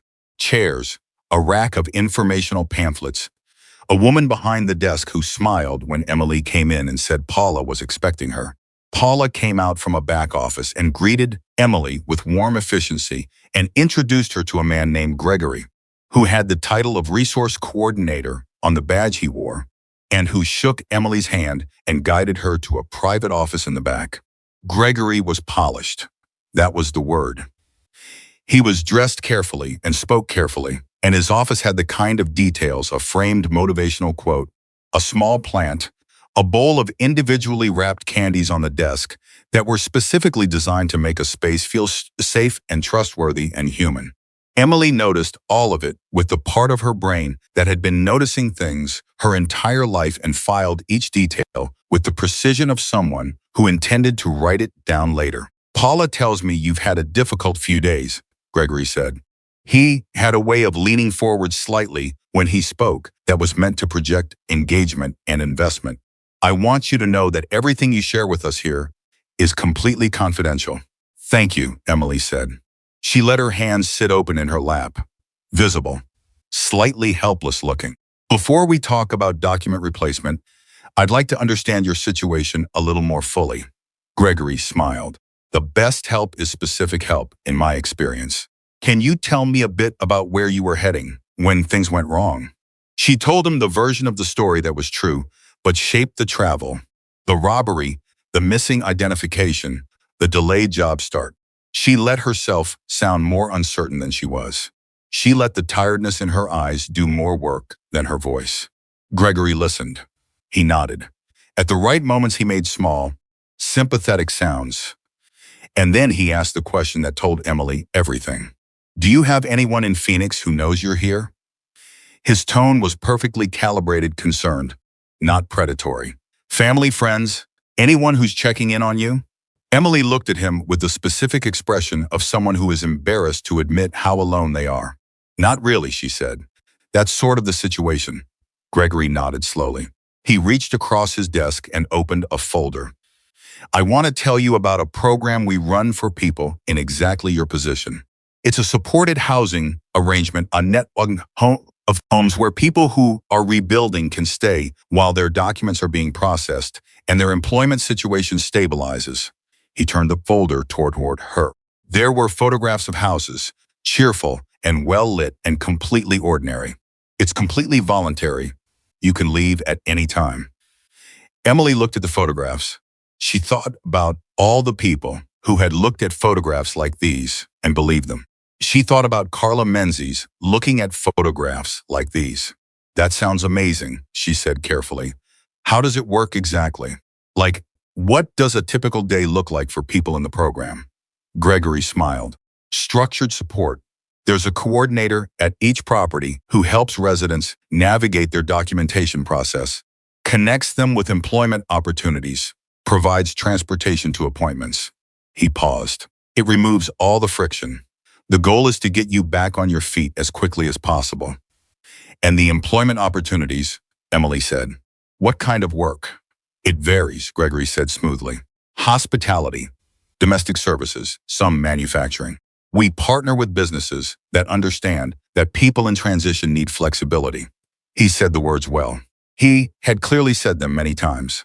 But Emily heard the thing beneath them, the language of a machine that converted desperate people into cheap, controllable labor, housed in properties run by the same people who selected them, dependent on the same network for documentation they could not get independently, working for businesses connected to the same operation, unable to leave because leaving meant returning to the conditions the operation had engineered in the first place.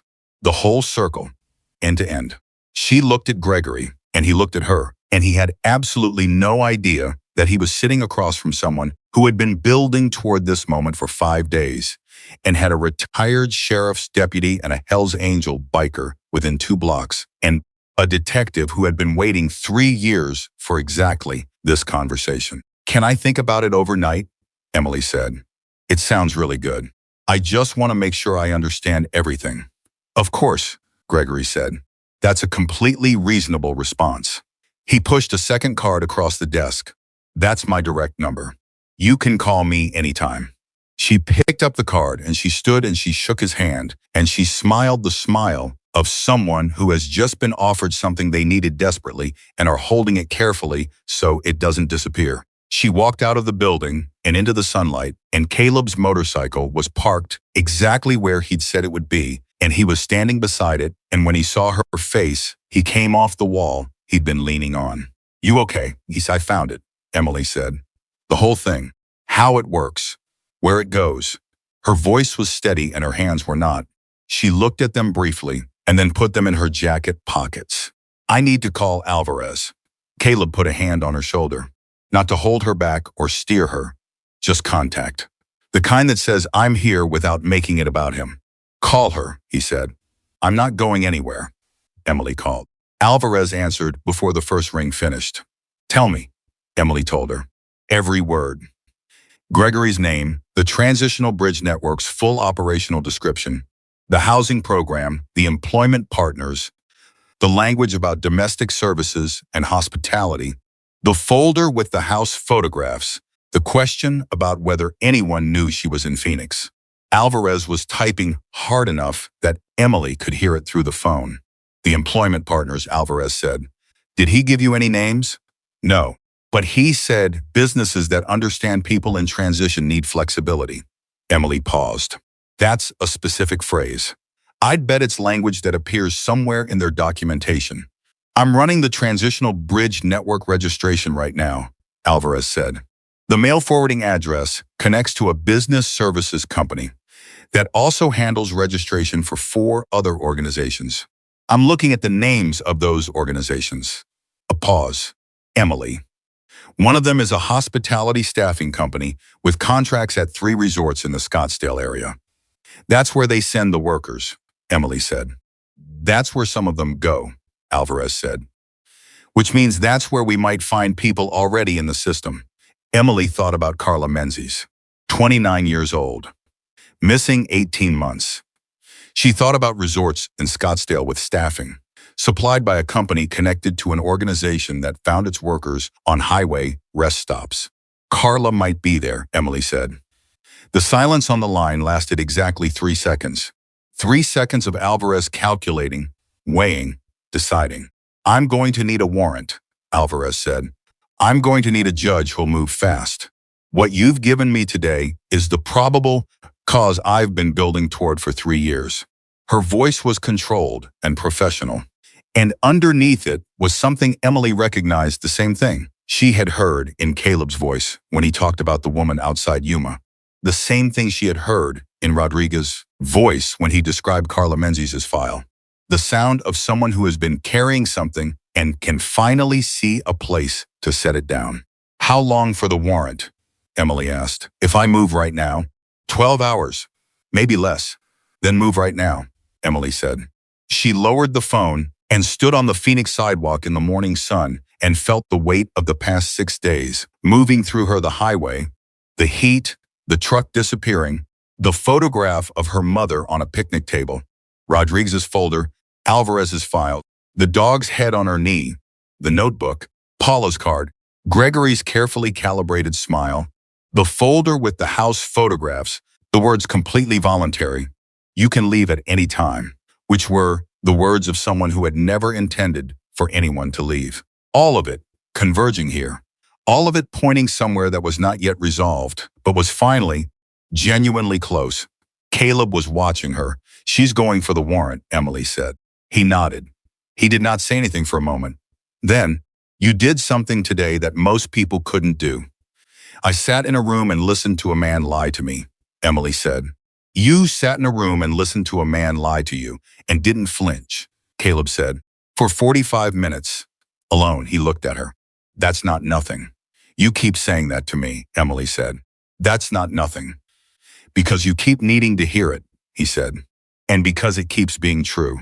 Emily looked at him, this man who had stopped on a highway when every reasonable person kept driving, who had given water and a phone and 2 words that cost nothing and meant everything, who had ridden to Phoenix and stood 2 blocks from a building for an hour without being asked to by anyone with authority over him, and who was standing here now not as her protector or her handler or her hero, but simply as a person who had decided to remain present for something that mattered. She understood something in that moment that she would carry for the rest of her life. The people who had abandoned her on that highway had made a calculation. They had looked at Emily Carter and seen the sum of her vulnerabilities alone. In transition, limited resources, no local connections, and they had determined that the risk of taking from her was low because the network of people who would fight for her was small. They had been wrong about the calculation. Not because the vulnerabilities weren't real. They were real. But they had failed to account for the thing that can't be measured in a quick assessment at a rest stop on an Arizona highway, the specific, unquantifiable quality of a person who, when pushed past the point where most people accept their loss and move on, gets very quiet and very focused and very, very determined. They had chosen the wrong woman. And in 12 hours, or maybe less, a judge in Phoenix was going to sign a piece of paper that would start the process of making that mistake permanent. Emily took a breath. She looked at the card in her hand, Gregory's direct number, offered so pleasantly, so professionally, with such careful warmth. She thought about calling it tomorrow morning, exactly as she'd implied she might. She thought about what it would mean for Gregory to receive that call and believe the operation was proceeding normally, right up until the moment it wasn't proceeding at all. She put the card in her jacket pocket. "Buy me coffee?" she said to Caleb. He looked at her with an expression that was not quite a smile, but occupied the same general territory. "Yeah," he said. "Come on." They walked down the Phoenix Street together in the morning sun. And somewhere in the city, a judge was about to receive a phone call. And somewhere in Scottsdale, a woman named Carla Menzies might be working a shift that she had never chosen to work at. And somewhere on an Arizona highway, a white truck was moving through the heat, not yet knowing that the road ahead of it was about to run out.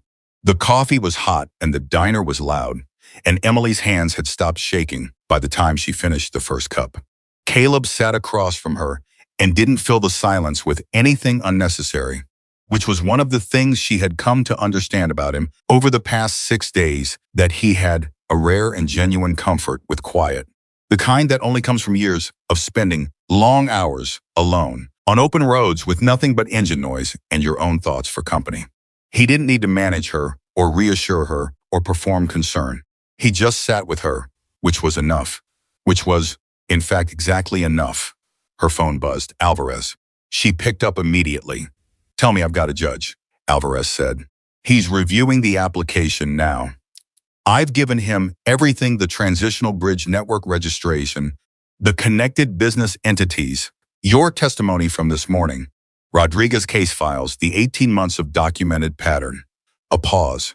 He's not moving fast because I asked him to. He's moving fast because what I put in front of him is serious. How long?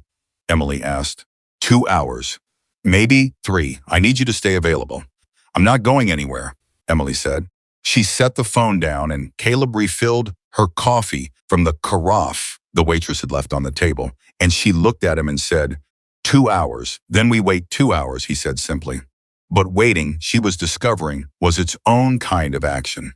It had weight and texture and required a specific kind of discipline, the discipline of not moving when everything in you wants to move, of trusting that the machinery you've set in motion is turning even when you can't see it turning.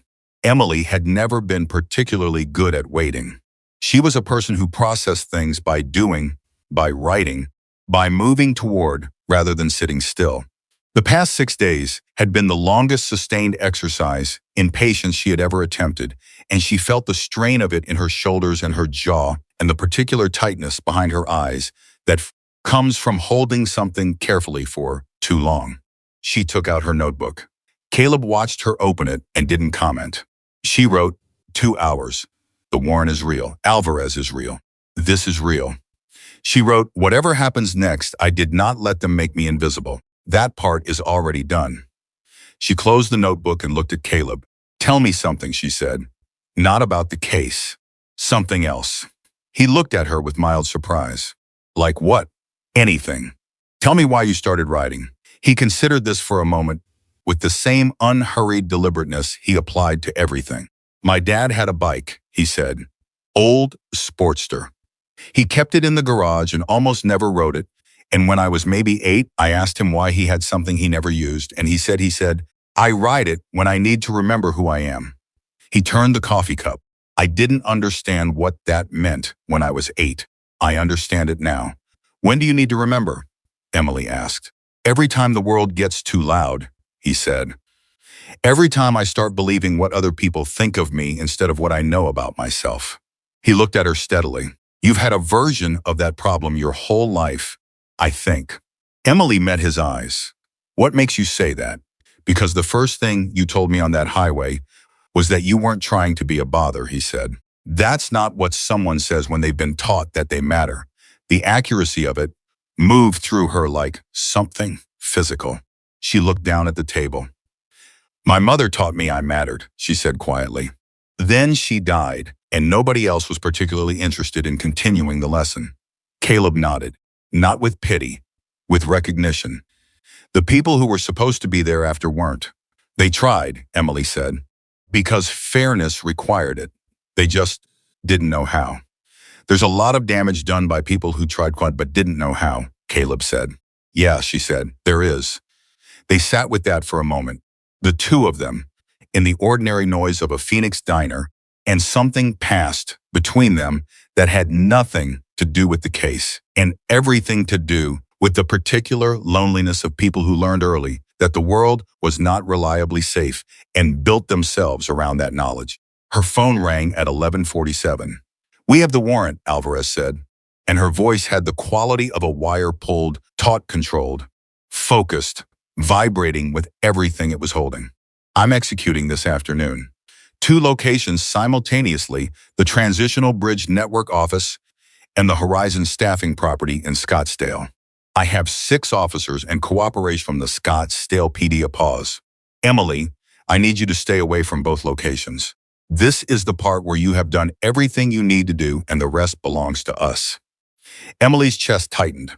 Carla, if Carla Menzies is at the Scottsdale property, we will find her, Alvarez said. Firm and clear. That is my commitment to you, Emily said. The word cost her something. I'll call you the moment I have anything. The line went quiet. Emily set the phone on the table. She looked at Caleb. They're moving this afternoon, she said. Caleb exhaled slowly. Good, she told me to stay away. Yeah. He looked at her. Can you? Emily considered the question with more honesty than she probably needed to. I don't know, she said. Ask me again in an hour. What she did with the next 3 hours was nothing useful and nothing dramatic. She went back to the motel and she sat on the bed and she called Sandra Cho, who picked up immediately and listened to the summary Emily gave her and then said, quietly but clearly, I'm proud of you. Whatever happens. Emily didn't know what to do with that. She said thank you and meant it in a way that went several layers deeper than the words. She called her father in Oregon. He picked up on the third ring, which was already better than the odds she'd given it. Emily, everything okay? Yeah, she said. I'm okay. She stopped. She had not spoken to her father in 3 months. Not because they had fought, but because the distance between them had become so habitual, crossing it required an energy she usually didn't have. I just wanted to hear your voice. A pause on his end. The pause of a man who knew he had not been the father he should have been after a certain point, and was not sure what to do with the evidence of that knowledge when his daughter called out of nowhere to say she wanted to hear his voice. I'm glad you called, he said. It was simple. It was not enough, and it was also not nothing. Me too, she said. They talked for 22 minutes, which was longer than they had talked in years. She didn't tell him what she'd done this week. She told him she was in Phoenix and had a job, and that she was figuring things out. He told her his youngest, her half-sister, 9 years old, whom Emily had met twice, had started playing piano and was apparently something of a natural. He laughed when he said it, the unself-conscious laugh of a grandfather-aged father who has been surprised by joy. Emily listened to the laugh and held on to it. When she hung up, she felt something shift in her chest that she couldn't entirely explain, some small, permanent rearrangement of weight, like a stone that had been sitting in one place so long she had forgotten it was there, moving slightly to a place where it no longer pressed the same way. Alvarez called at 4:17. Emily had the phone in her hand. She had been holding it for 40 minutes. We have Gregory, Alvarez said. Real name is Gerald Marsh. He has a prior in Texas for labor fraud and a prior in Nevada for coercive labor practices, both of which he'd successfully kept sealed. Not anymore. Her voice was controlled, but Emily could hear the 3 years underneath it. Paula, the woman from the library, is in custody. The Transitional Bridge Network office has been seized. We found documentation connecting to 11 people currently in the program. 11 people, Emily said. 11 that we can confirm right now. There may be more. And Scottsdale? Emily's voice didn't shake, but the question did, somewhere underneath it. A beat. One single beat that lasted about 4 years. We found 9 people at the Scottsdale property, Alvarez said. 9 people who were brought there through the program and have been working at the resort without full freedom to leave. Emily stood up from the bed. Carla. Emily, Alvarez's voice was different now. Softer than Emily had heard it. Not professional soft. Genuinely soft. Carla Menzies is one of the 9. Emily put her free hand flat against the wall. She's alive, Alvarez said. She's shaken and she's been through a very difficult 18 months and she's going to need time and support. But she is alive and she is out of that property and she is with our people right now. The sound that Emily made was not a word. It was not a cry. It was something more fundamental than either of those things, a sound that comes from a place below language, from the part of a person that has been holding something very heavy and has just been told they can put it down. Okay, she said. Okay. Her sister has been notified, Alvarez said. She's on her way from El Paso. Emily sat back down on the bed. Her legs had made the decision independently of her. What about Farrow? Denise Farrow and the men. Farrow is the one we don't have yet, Alvarez said. And Emily heard the controlled frustration in it, we believe. She was tipped that something was happening. We don't know how yet. She and Reyes are not at any known address. We have an APB out and we have her face at every transit point in the state. A pause. We will find her. It's a matter of time. How much time? I won't make a promise I can't keep, Alvarez said. But she's not a person with a lot of options right now. Her organization is dismantled. Her infrastructure is seized. Her name and face are on every law enforcement channel in Arizona and 3 neighboring states. Her voice was steady and certain. She can run. She can't run forever.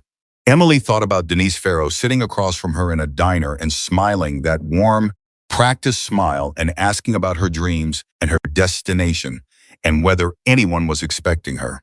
She thought about how good Pharaoh had been at it, how completely convincing the performance was. How many people had looked at that smile and felt safe? Find her, Emily said. That's the job, Alvarez said simply.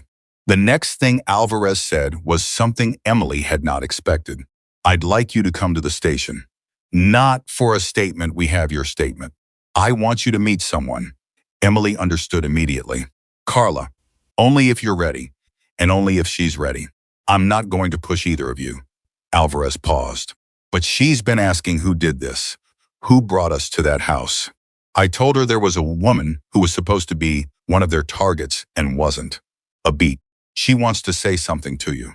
Emily was already reaching for her jacket. Caleb drove her. She didn't have to ask, she called him, and he said he'd be at the motel in 8 minutes and he was there in 7. And they didn't talk much on the way to the station because there wasn't much to say that the moment hadn't already said. When they walked in, Rodriguez was there. He was standing near the front desk with his hat in his hands, and when he saw Emily, he did something she hadn't seen him do in 2 days of serious, professional interaction. He smiled. A full, unguarded, completely genuine smile that made him look 10 years younger. You did good, he said. We did good, Emily said. He shook her hand and then, very briefly, put his other hand over hers. The handshake of a person who wants to convey more than a handshake technically holds. Alvarez met them in the corridor. She looked like someone who had run a very long race and crossed the finish line and had not yet decided whether to collapse or keep running. There was something luminous in her exhaustion, the particular brightness of a person who has done the thing they came to do. She's in the room at the end, Alvarez said. She's been checked by medical. She's physically okay, tired, underweight, but okay. Emotionally, she paused, she's processing, which is all you can ask of someone right now. Emily nodded. Does she know I'm coming? She asked for you. Specifically, Alvarez said. By description, I didn't give her your name. She said, I want to meet the woman who didn't give up. Emily stood in the corridor and breathed through the weight of that for a moment. Okay, she said, I'm ready. She went in alone.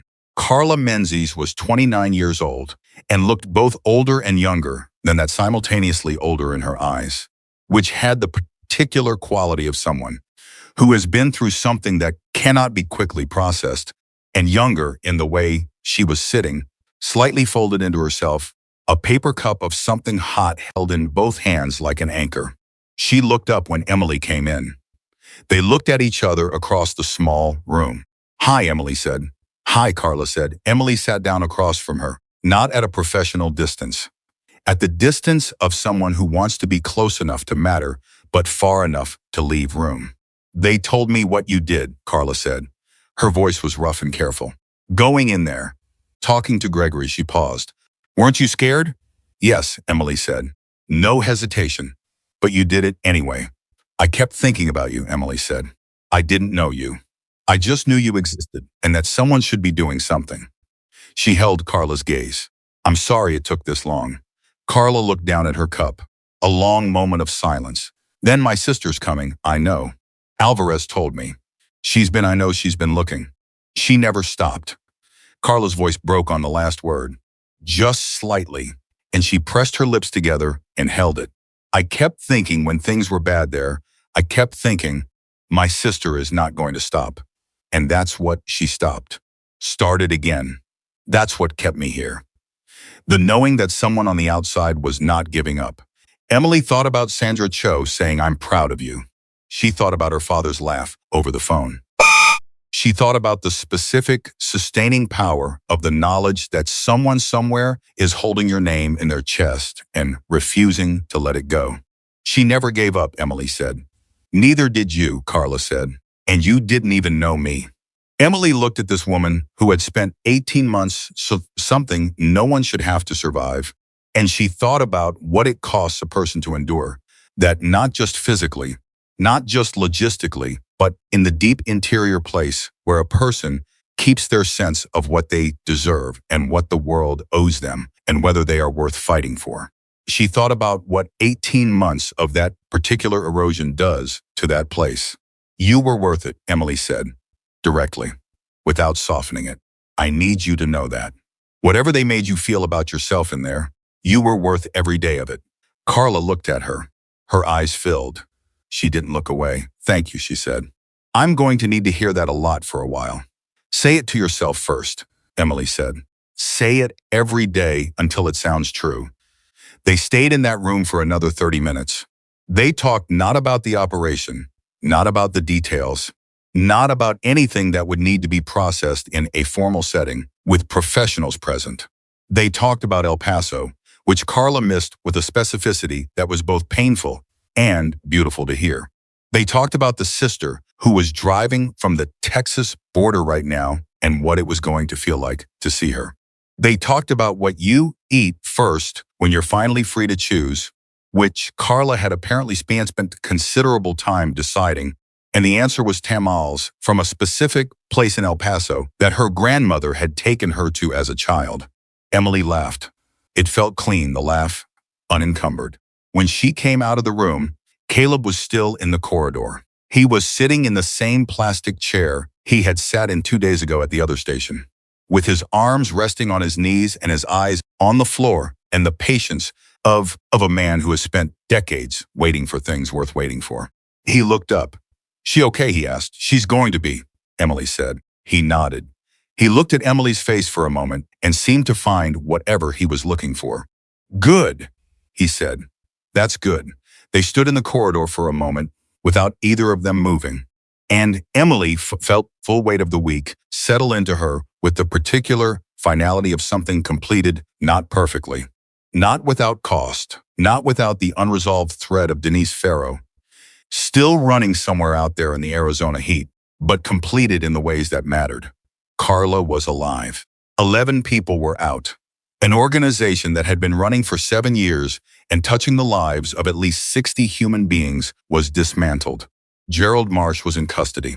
The warrant had been signed, and the doors had been opened, and the thing that had been hidden was now irrevocably in the light.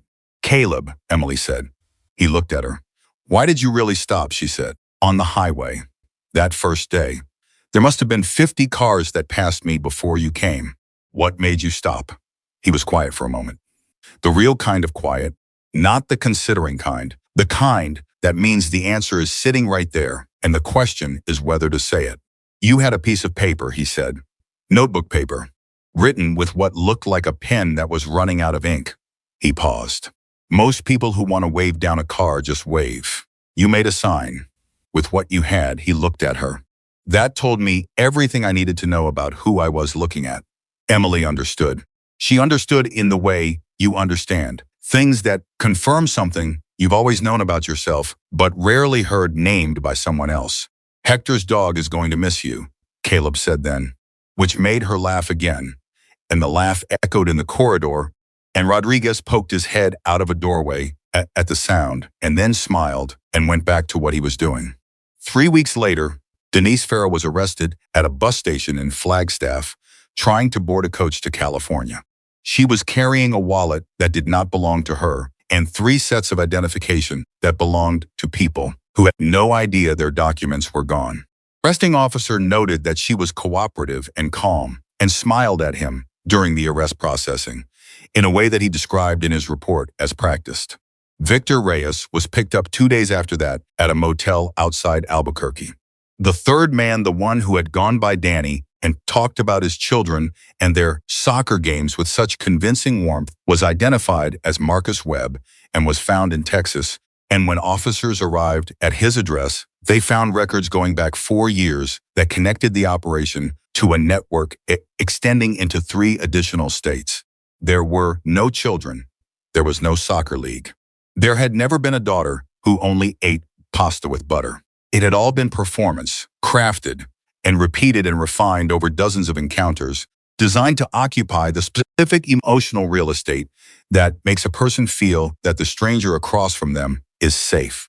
Emily read the arrest reports sitting in Sandra Cho's office, where she had officially started work 11 days earlier, and she felt something that was not quite satisfaction. Satisfaction was too simple, too clean for what the situation actually contained, but something adjacent to it. The feeling of a circle closing. The feeling of an account finally balanced. Sandra handed her a cup of tea and sat on the edge of the desk and said, "How do you feel?" Emily thought about it honestly. "Tired," she said, "and glad. And like there's more to do." "There's always more to do," Sandra said. "I know," Emily said. "That used to scare me." She looked at the arrest reports on the desk. It doesn't anymore. What came next happened over months rather than days, and it changed Emily's life in ways she had not planned for. When she boarded a bus in Reno with 204 photos and a cracked screen phone, and the battered conviction that things could still get better, she was contacted by a victim advocacy organization that had been following the case. They asked if she would be willing to speak to other survivors, people who had been through similar operation in other states and who were in the process of rebuilding. She said yes without thinking about it long, because saying yes to things that were bigger than her comfort zone was beginning to feel like a muscle that got stronger the more she used it. She spoke to her first group in a church hall in Phoenix. 11 people. She stood in front of them and did not have a speech prepared and said exactly what was true, that she had been left on a highway with nothing and had discovered in the process of surviving it that she contained more than she had been told, that the people who targeted her had done the calculation wrong, that the network of people who would fight for her had been smaller than they thought and yet had been more than enough. She said, "The woman in the diner who smiled at you did not choose you randomly. She chose you because she thought you were alone. And you were alone. But alone is not the same as without value. And alone is not the same as without recourse. And alone is not the same as invisible unless you let it be." After that first group, a woman named Patricia came up to her and stood close and said, in a voice barely above a whisper, that she had not told her own family what had happened to her because she was afraid they would think she had been stupid. "You weren't stupid," Emily said. "You were trusting. There's a difference. And they stole your trust, not your intelligence. Those are not the same thing either." Patricia looked at her for a long moment. Then she said, "I'm going to call my daughter tonight." Emily drove home from that church hall and sat in her new apartment, small. Second floor, a window that looked out over a street she was beginning to know, and called Caleb. He picked up on the second ring. She could hear road noise behind him, the particular quality of open highway moving under a motorcycle at speed.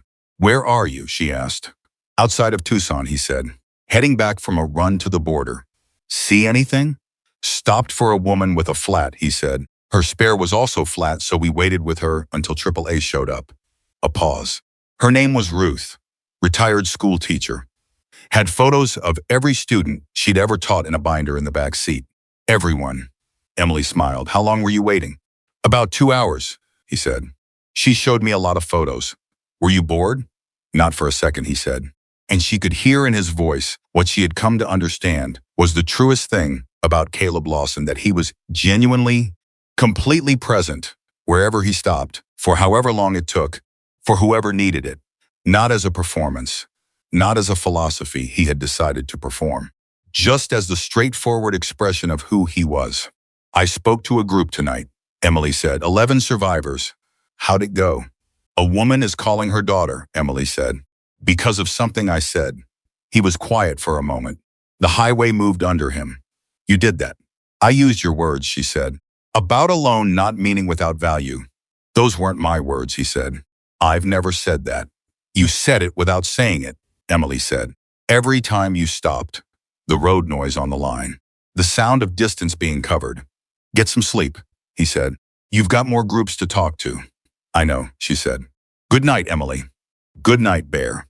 She put the phone down and looked at her apartment, her life, assembled piece by piece from what had been taken and what she had rebuilt and what she had discovered along the way that she hadn't known she possessed. The photograph of her mother was on the desk. Her mother at a county fair, that uncomplicated joy in her face, the sky behind her, the particular blue of a good California day. Emily had bought a real frame for it. The kind with a matte and glass, the kind that said, "This is something that deserves to last." She picked it up and looked at her mother's face and thought, "I kept going, the way you would have told me to." Then she set it back down and opened her notebook to a clean page and started writing. Not about the case. Not about Carla or Pharaoh or Gregory or the white truck or the highway or any of it.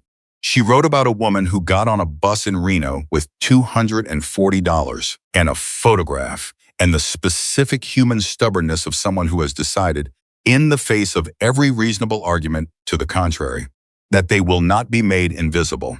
She wrote about what it cost. She wrote about what it built. She wrote about water offered on a highway and two words that meant more than most people's speeches. She wrote about the dog with its head on her knee and Ruth, the retired school teacher, with her binder full of photographs, and Carla Menzies ordering tamales in her mind for 18 months as a way of staying connected to the life she intended to return to. She wrote because her mother had taught her that the things that happen to you belong to you, and the way you carry them is a choice, and the choice you make about how to carry them is, in the end, the truest thing about who you are. A woman was left under the Arizona sun and was supposed to disappear into the machinery of people who had decided that her vulnerability was their opportunity. Instead, she learned her own name in a new way. Instead, she became the reason 11 people walked out of a building they had not chosen to walk into. Instead, she stood in front of rooms full of people who had been told by their experience that they were all alone. And she told them the things she knew now with the certainty of someone who had learned it from the inside out, that alone is a condition, not a verdict, and that the distance between invisible and found is sometimes nothing more than one person deciding to stop. She had been that person for Carla. Caleb had been that person for her. Alvarez had been that person for 11 strangers. Rodriguez had been that person for Carla's sister, who had waited 18 months for a phone to ring. The chain does not have to be long. It only has to hold. And Emily Carter, 25 years old, blonde, kind-hearted, stubbornly alive, picked up her pen and kept writing, because the story was not finished, and she intended to be the one who told it.